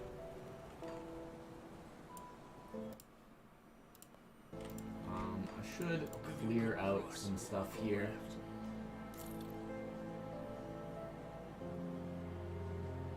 So, how are my resists looking? They are bad.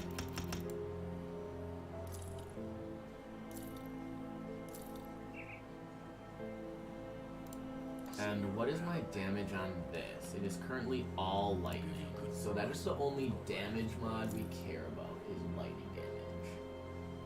I also want to make sure that I am focusing resistances. That is a lot of different colors. Kind of does everything.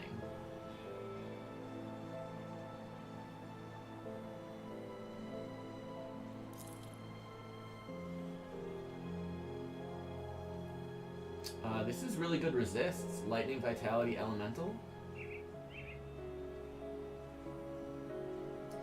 Although my current one is... yeah, I guess I don't like that.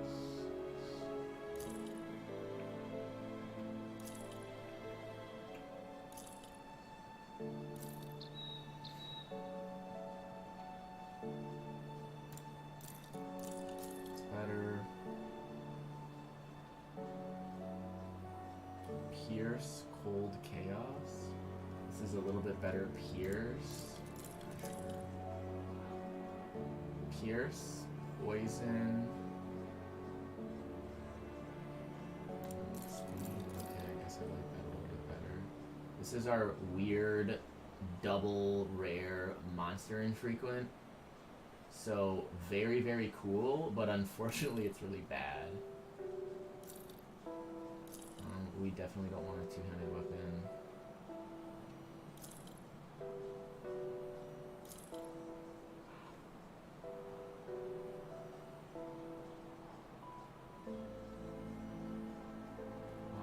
this is probably pretty good. It is a little bit of elemental damage. And then it gives us a proc, which is kind of whatever.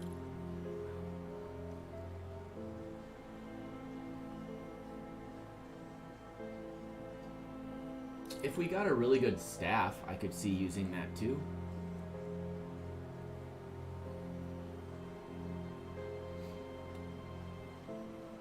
You know, like something like this that actually gave mods that we care about. Could be really cool. Although it's really hard to pass up just the raw number of mods you get from a weapon and a caster offhand. Hard to compare.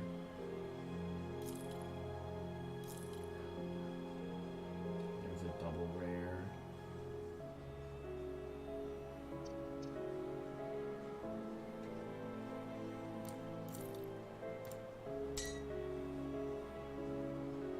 Plague Masters.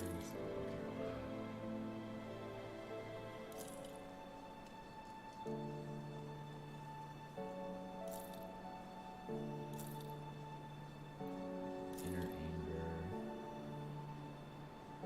Elemental and Bleeding. Those damage mods are terrible though. Those, we don't care about that. Pierce, Cold, Lightning. Doesn't matter. Okay, so we've gotten a couple of epics. None of which I think are particularly interesting. And I don't really know if this even helped our resists too terribly much. Our resistances still don't look great. There are some things we can do to help that out. Got something you need stashed? Right, I have all the components. And so, like, this is an extra 18% ally resists.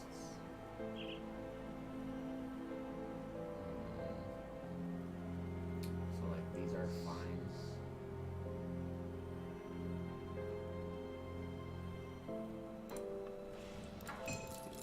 My epics here, and then they get sucked into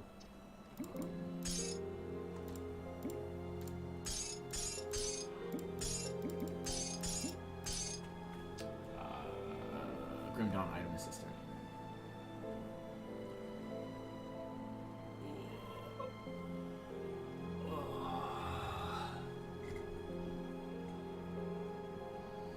So I usually like doing this. Right, I search by resist. And then like this, I could use this and that'll give me a bunch of chaos res. Or this is bleeding and vitality. Or what have you. There are some pretty okay opportunities for some resistance. Kind of just need some more levels. And the stuff that I can get right now is actually kind of low in terms of the raw resistances I get. So like, oh, this is just a little bit of Pierce. It's elemental damage. Is Shaman going to get any resistance anywhere? Pierce and Aether off of Oak Skin. It's kind of whatever.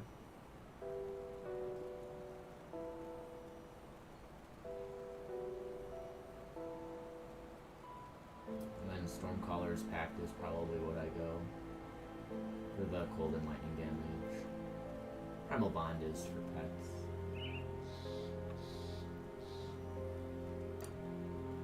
Otherwise, I suppose there's these, right? This is Lightning Aether, and this is probably, this is Cold Vitality, which is really awkward.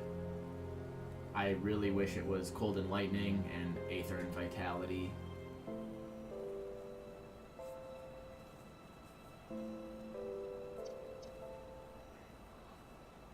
I need to go check on something. I'm hearing a lot of creaking. And I want to just go see what that is.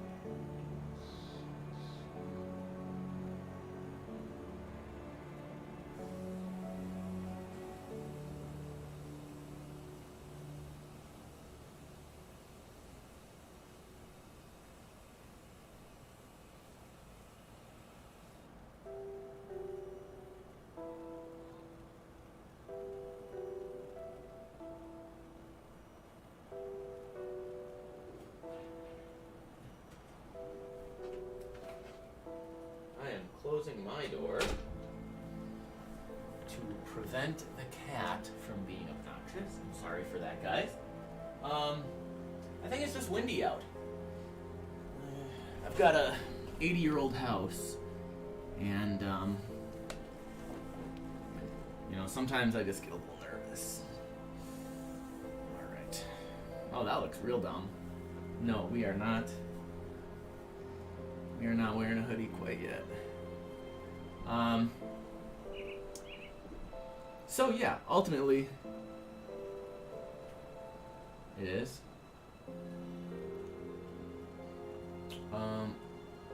Yeah, ultimately, I think,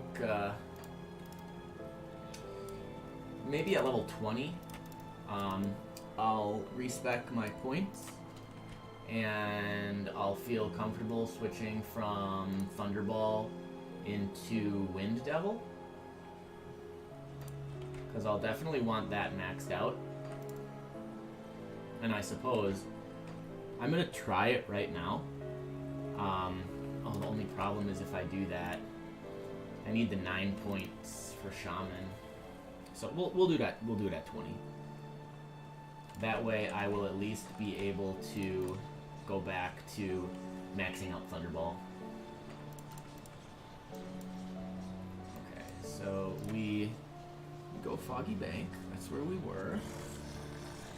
That's where we had just gotten to, rather.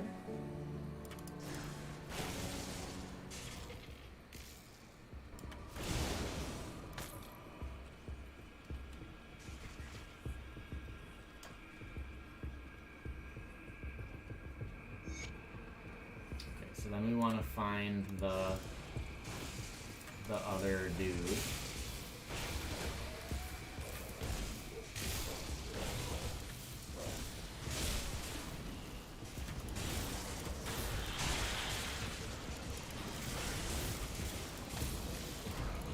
There's a guy we can save in kind of in the general region here.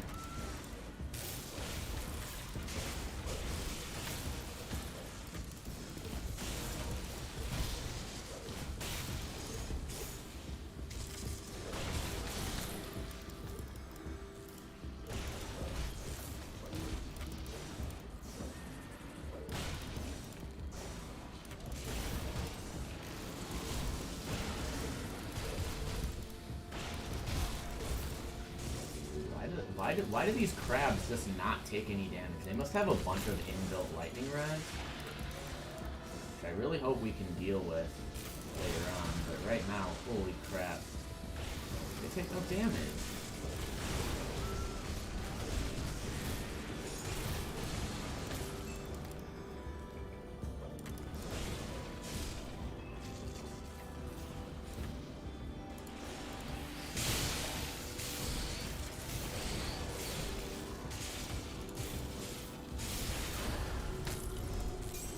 Right there's 17.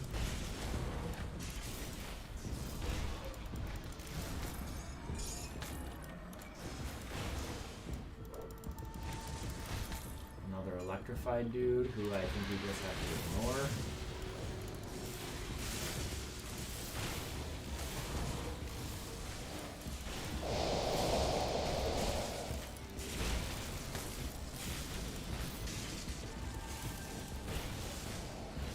Keep running in circles.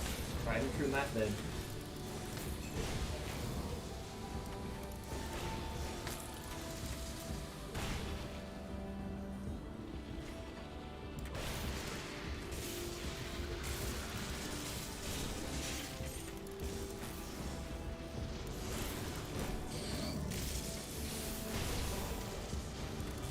I do like having a little bit of a lower cooldown. Because I've got the Runed Bone or whatever.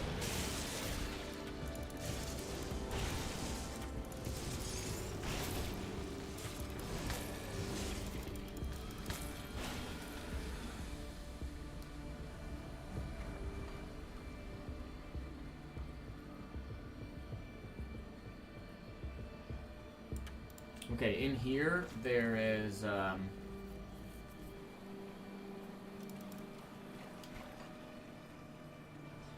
portal, a waypoint? I don't know what you want to call it.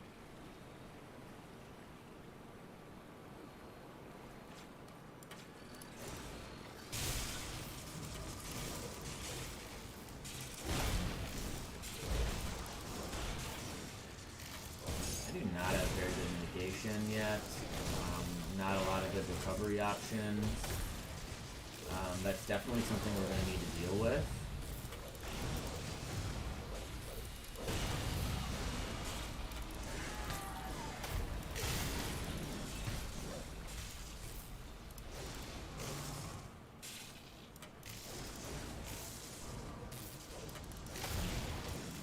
I do not like those crabs.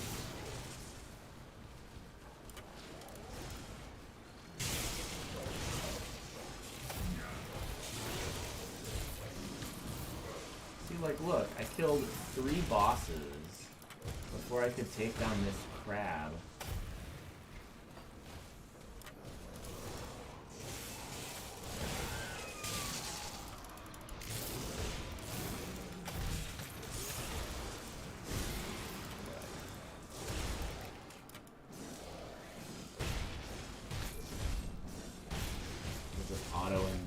suppose.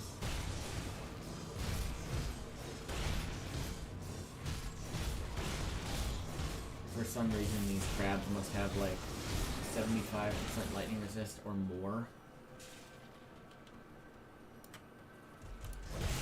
Wow, 2 acre names directly on target. Kind of unfortunate.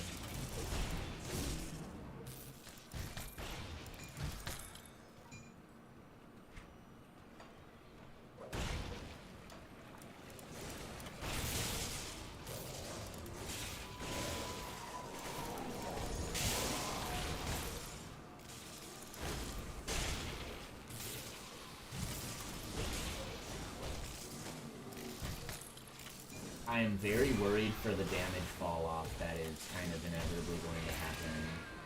You know, as I level up, my skill is not going to do that much more damage, but enemies are going to have more health every level. And so every level, it will get worse and worse and worse. Until eventually I either, you know, get new gear, or I start being able to put points in a skill again, and increasing my damage. Something like that. Okay, that's 18. 1 or 2 more levels.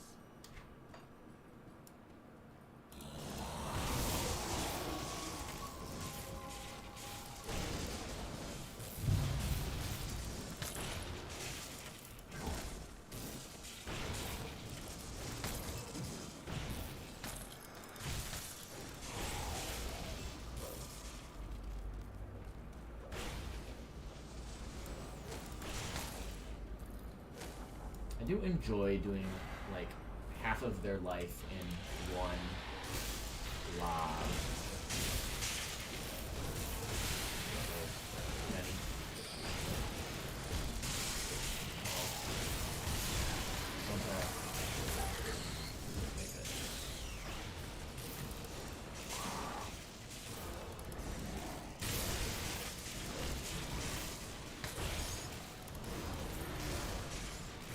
We did it, basically.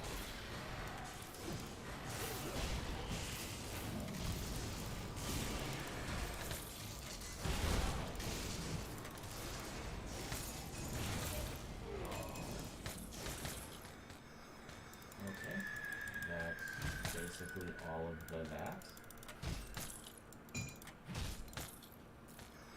We can grab the grind.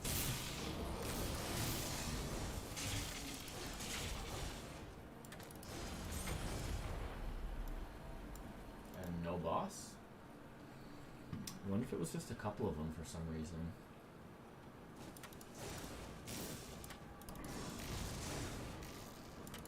So this guy actually goes down super easy.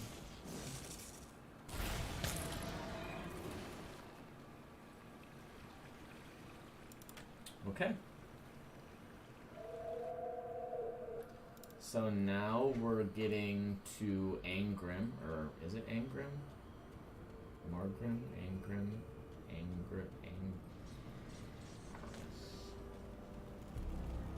Oh, hello, traveler. Angrim.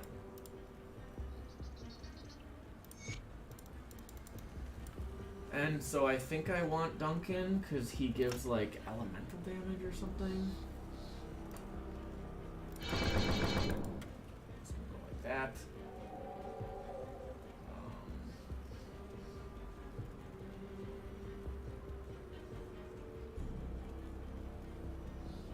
Presumably this will be able to rank up to 16.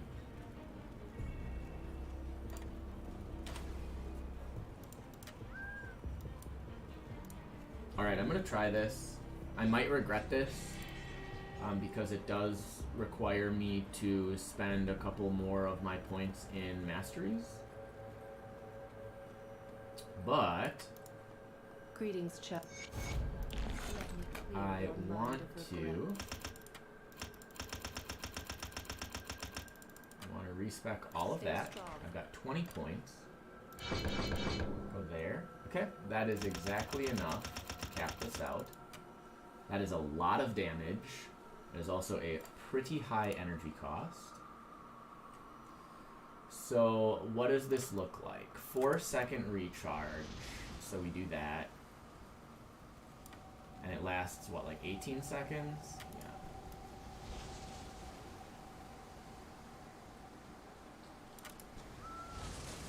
I need something to do in my downtime.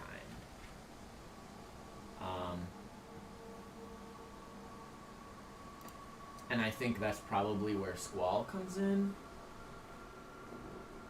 Right? Squall with Freezing Cyclone. It does not have a cooldown.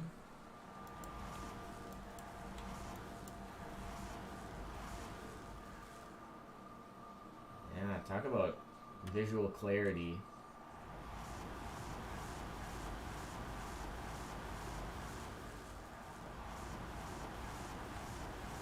Yep, you don't need to see what's happening on the screen. Yeah, that's fine, probably.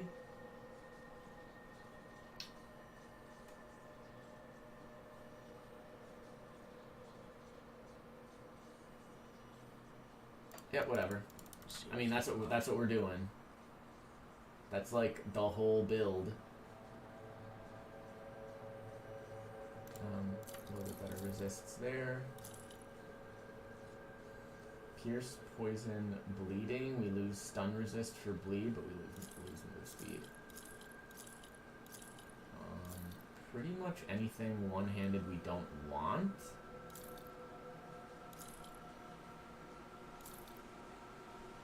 Iron well spent. Come see what's left of my wares.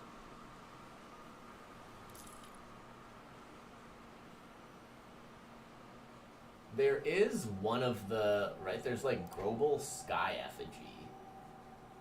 And that might be one that we want. Because that, I think, gives lightning damage, and it might even give a modifier to Wind Devil.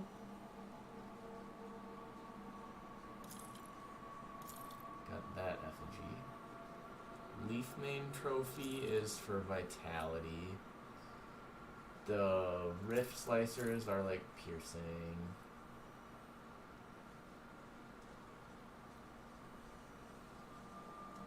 This is a little bit better.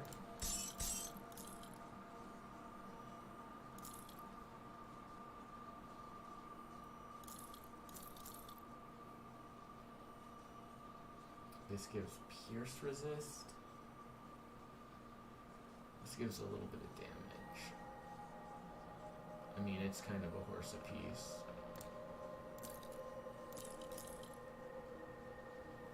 Fire, lightning. Same skill cooldown, a little bit better energy regen. Yeah, probably worse.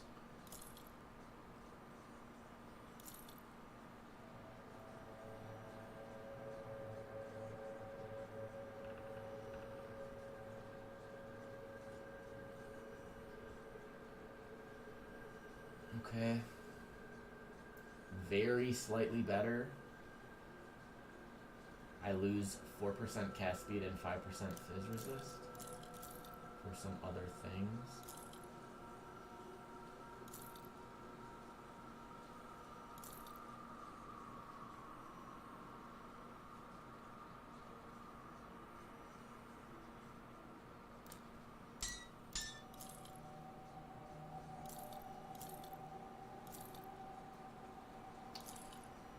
So much stuff you can get that's just bad.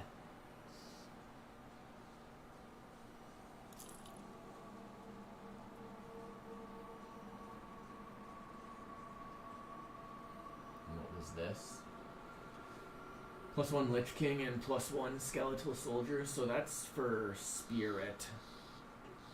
Wow, 15% chance of 57% reduction to enemies' health. That's very strong. It's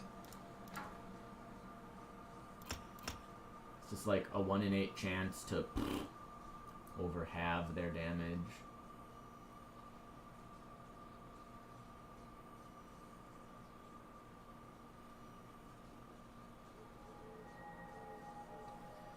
they're coming along. Like, I definitely still need a lot more resists, but we're getting somewhere at least.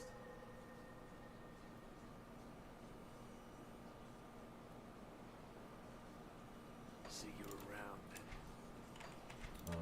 Do I have devotion points? I have one. Sure, we'll do that. It's a bunch of electrocute damage.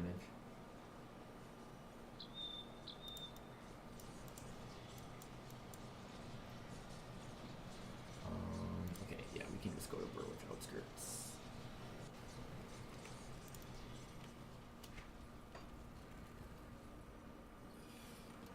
Alright, so we do like that kind of thing.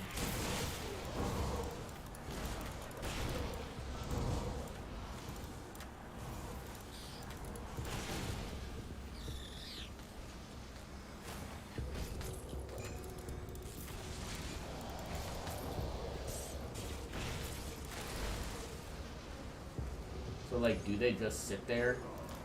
They don't stack, it looks like, in terms of the damage they deal.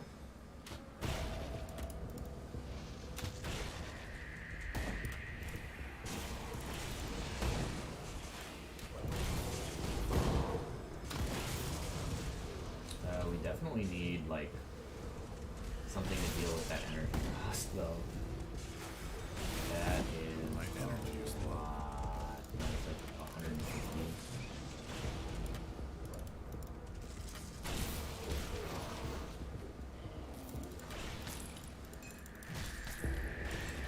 It's really hard to say if that's actually better. Like, the area on it is about the same, and it does move with you, but it just sits there while it's hitting stuff. And it costs so much more energy.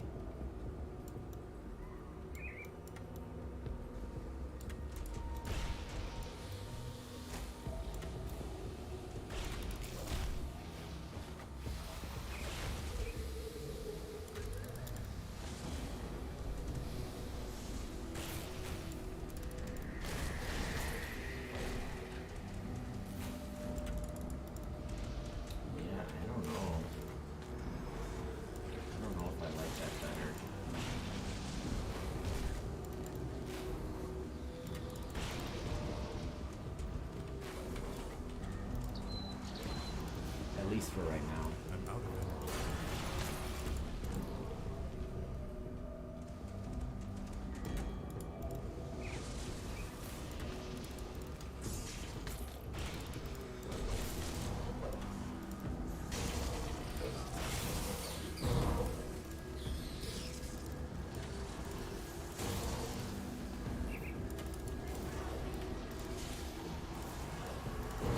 Uh-oh. Right. Not even go there. Earth and Oathkeeper. Yeah, that would probably be pretty good. Earth is Fire and Fizz. I like Oathkeeper a lot. I just relatively recently, I don't know exactly when it was, a couple months ago when I was playing, I played an Oathkeeper up to like level 70. What's happening? Oh god.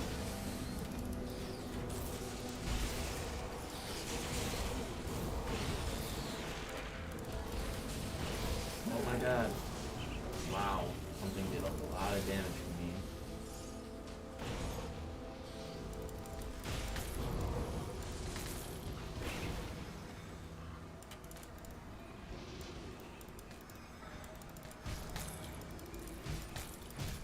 Yeah, so I actually really don't like that they just kind of like stand there. I don't even understand why it has a recharge and an 18-second duration. Man, I don't love that.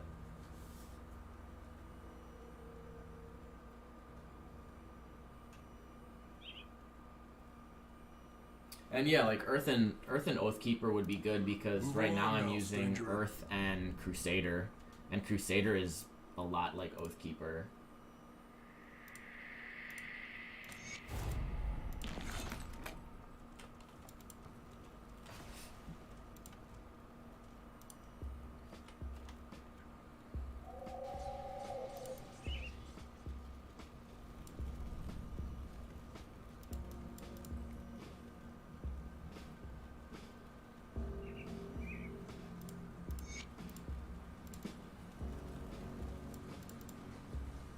Like if you're looking for a mastery combination, I can pretty much guarantee you that would be pretty good. It would probably be very slightly worse than Earth and Crusader. But what is it? Eye of Reckoning? That's the spin. Eye of Reckoning is very, very good, and it has some really good monster infrequence. So your itemization in that regard would be really solid. And Earth does have some very, very good toggles. See what's left. It's got one that just gives you flat damage absorption, which is really good when you're surrounded. You know, of course, anything that's a flat damage absorption, it's like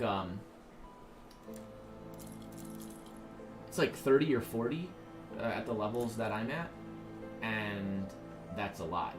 Yeah, okay, so this seems like it would make it a lot more tenable.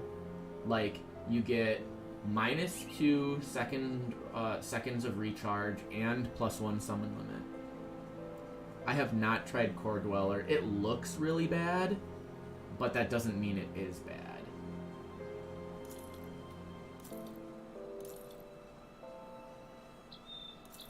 But, like, looking at it on paper, I'm sort of like, ugh. Like, all of these points for just, like, a pet that does a thing, I really... Maybe I shouldn't be that harsh, but I really dislike the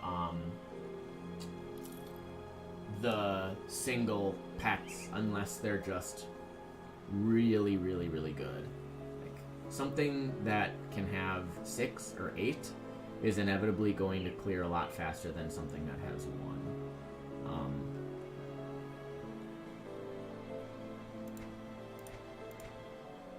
What pet item? This?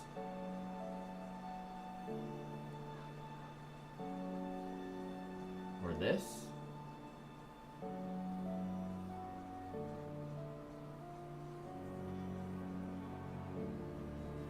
Yeah, I mean, it is kind of cool that this is, yeah, Briarthorn and Blightfiend.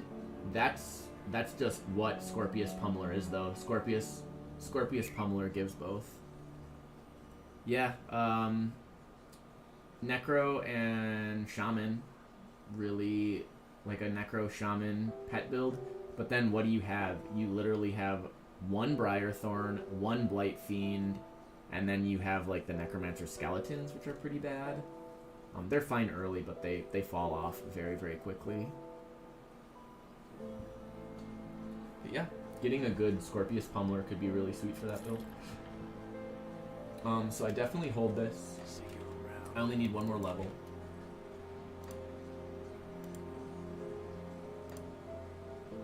So we'll put a point there.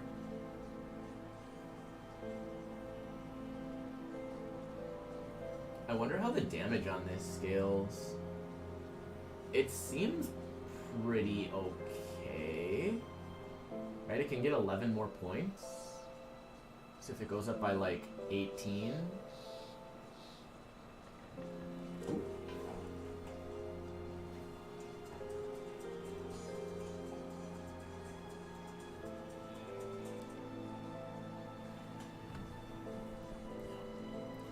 I don't know who that is. That looks like spam.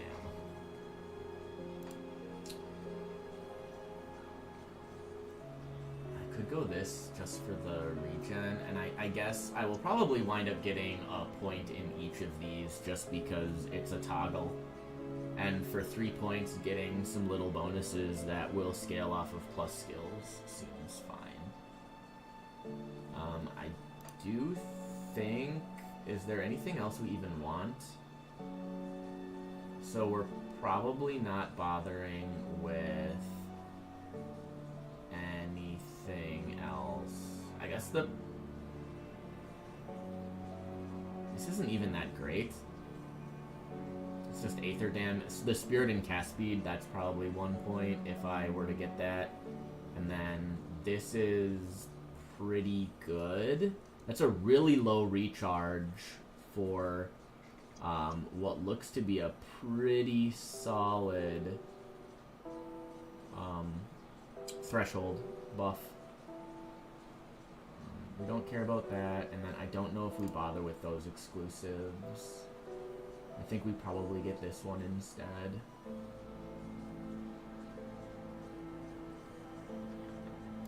Right, because this is... Yeah, Cold and Vitality is so awkward, and then Aether and Lightning. They also seem much more tooled to actually be pet stuff. So we probably put 50 points in Shaman and leave Storm maybe at 25 or 32. I don't even know if I really care that much. 32 would let me switch back to Thunderball and max that out. It's hard to say. I think Wind Devil is probably still where I want to be.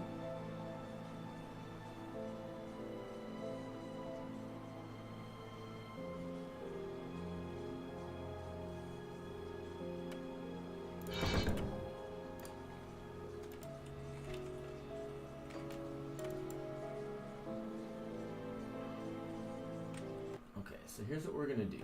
We're going to crank the hero rate.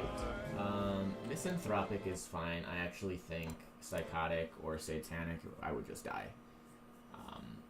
We're gonna go back into the game, and we're actually just gonna enter the very starting area. We're gonna go into Lore Crossing, and just see if this is okay.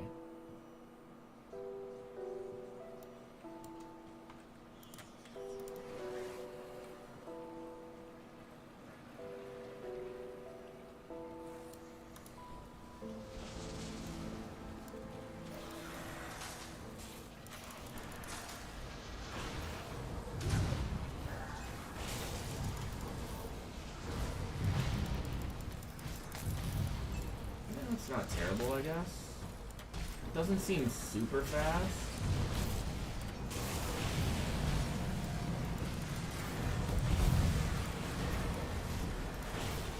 Ugh. Maybe aggro to me guys.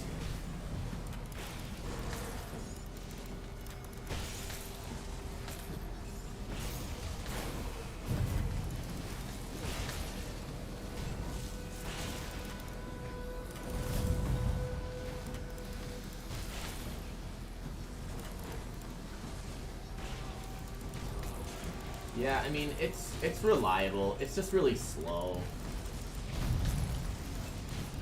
Damage will feel a lot better when I reduce the cooldown by 2 seconds and get +1 limit. So having 4 seems like a pretty big deal here. In terms of clear.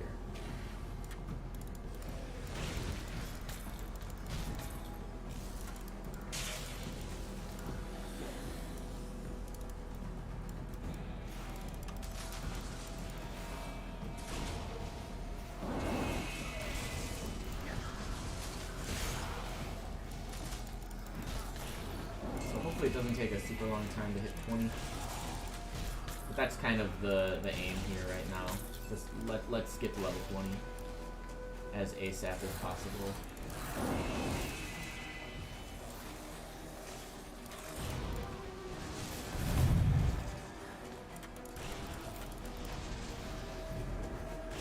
And we might wind up having to use that monster infrequent for a long time, so we might want to wind up farming a pretty good one.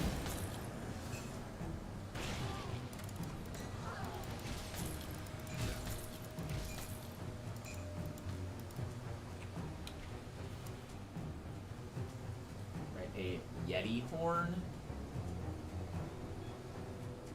Yeah, how would I even farm that? I would have to get a heck of a lot further in this story to reliably farm a Yeti horn. I think I'm just lucky that one dropped, because you can only get that this early by having it drop from one of the bosses that are randomly added.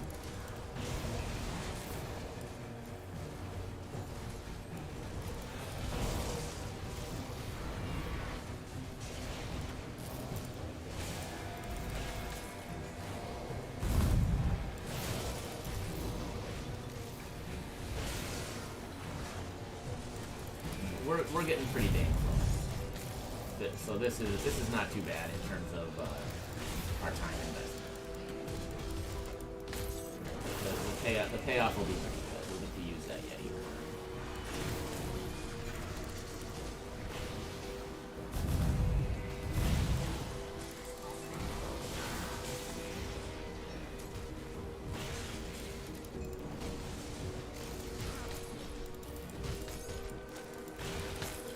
This is kind of fun walking around and picking stuff up. This is peak Grim Dawn, people.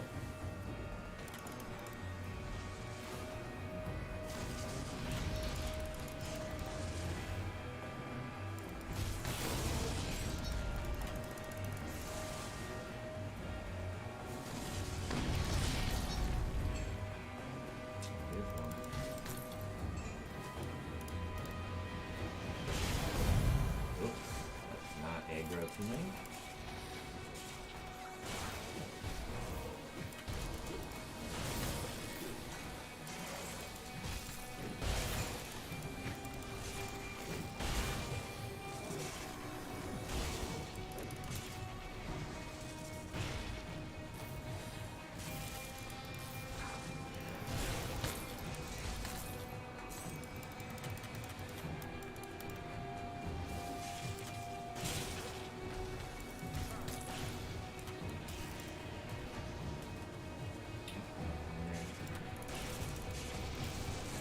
Take down this Mesmer. Alright, we're almost there.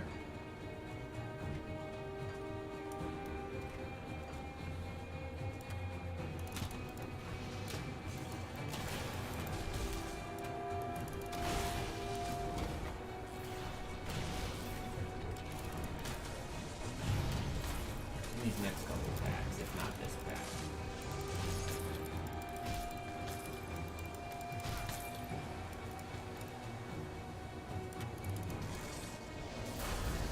There we are. Level 20.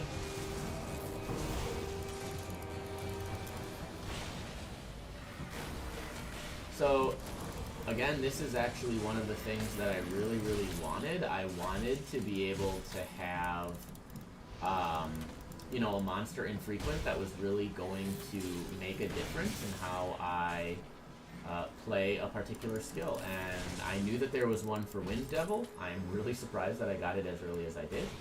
And I'm also really surprised that it's as good as it is, right? Like, it basically halves the cooldown. And it gives you +1. So that, seems really good. Seems like it's going to be really good.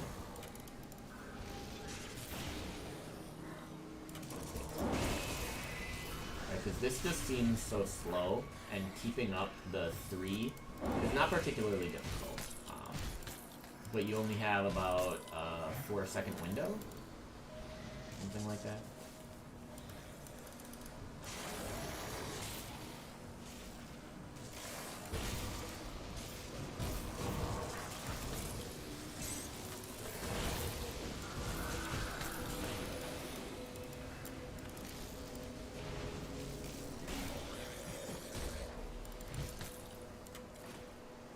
Let's do that. Let's head back to town. We'll switch this gear up a little bit. Pretty unlikely that we got anything actually good here. I do suppose I need to look through it. I need better resists. I absolutely need better resists.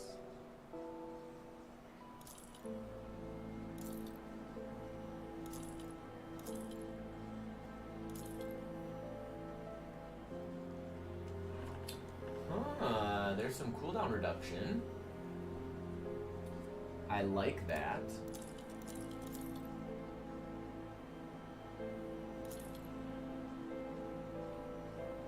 Alright, so we lose that. Oh, now I don't have the spirit.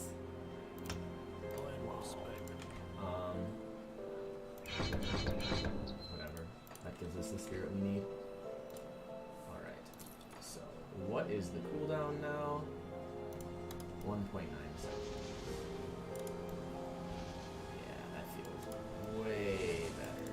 See anything you like?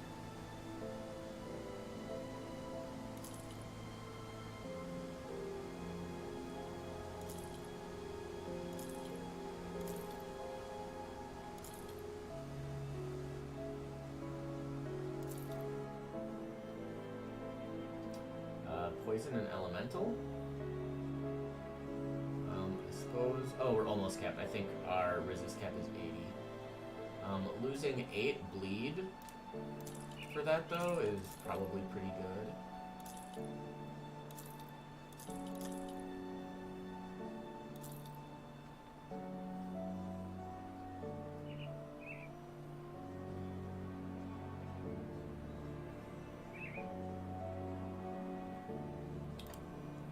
Let's see. Our Wind Devil does 0 damage. Great. Put it to good use. Oh, right, because it on its own does 0 damage. It's actually Howling Wind that is dealing the damage. So this is 1674.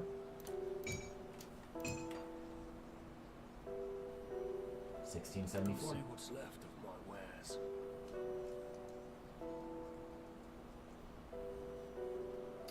Pretty irrelevant. I do think having Aether Lightning on attack is probably better than Elemental Seal, so we'll do that. Although we might want Lightning Rod.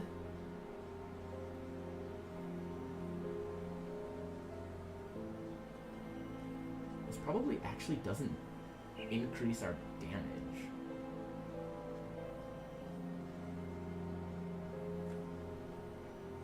See you around. 1674. 1674. I wonder if it just doesn't show. At least on that screen. I don't know.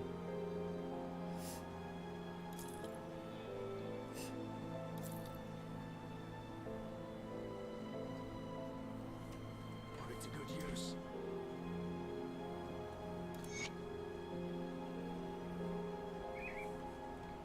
Alright, well. A bunch of epics that I probably already have. I don't think any of these matter to me.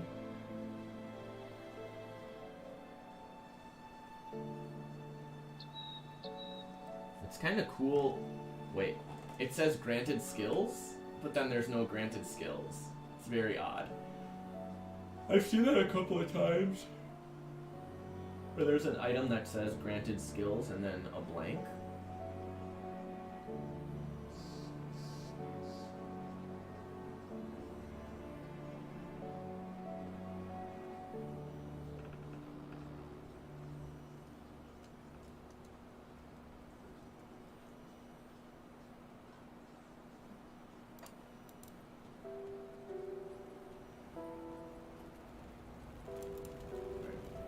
Duncan's Quest.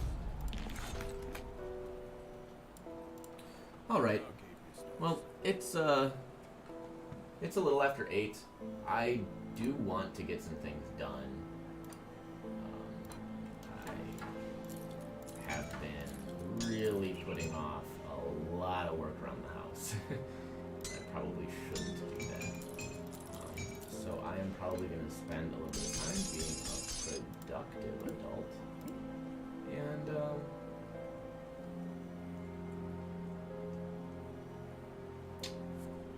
you know, I'll be streaming again tomorrow. I still don't really know what I'm going to stream.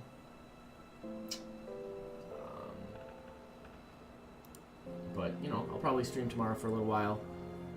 Plan is to, you know, I stream Sunday, Monday, Tuesday, Thursday. The schedule is on my Twitch. If you just under the stream, if you go to schedule, that's a general idea of what I will be doing on what day. I'm trying to stick to that a little bit, but you know, we'll be kind of flexible. So hope you had a good time. Hope to see you guys soon. Have a good night.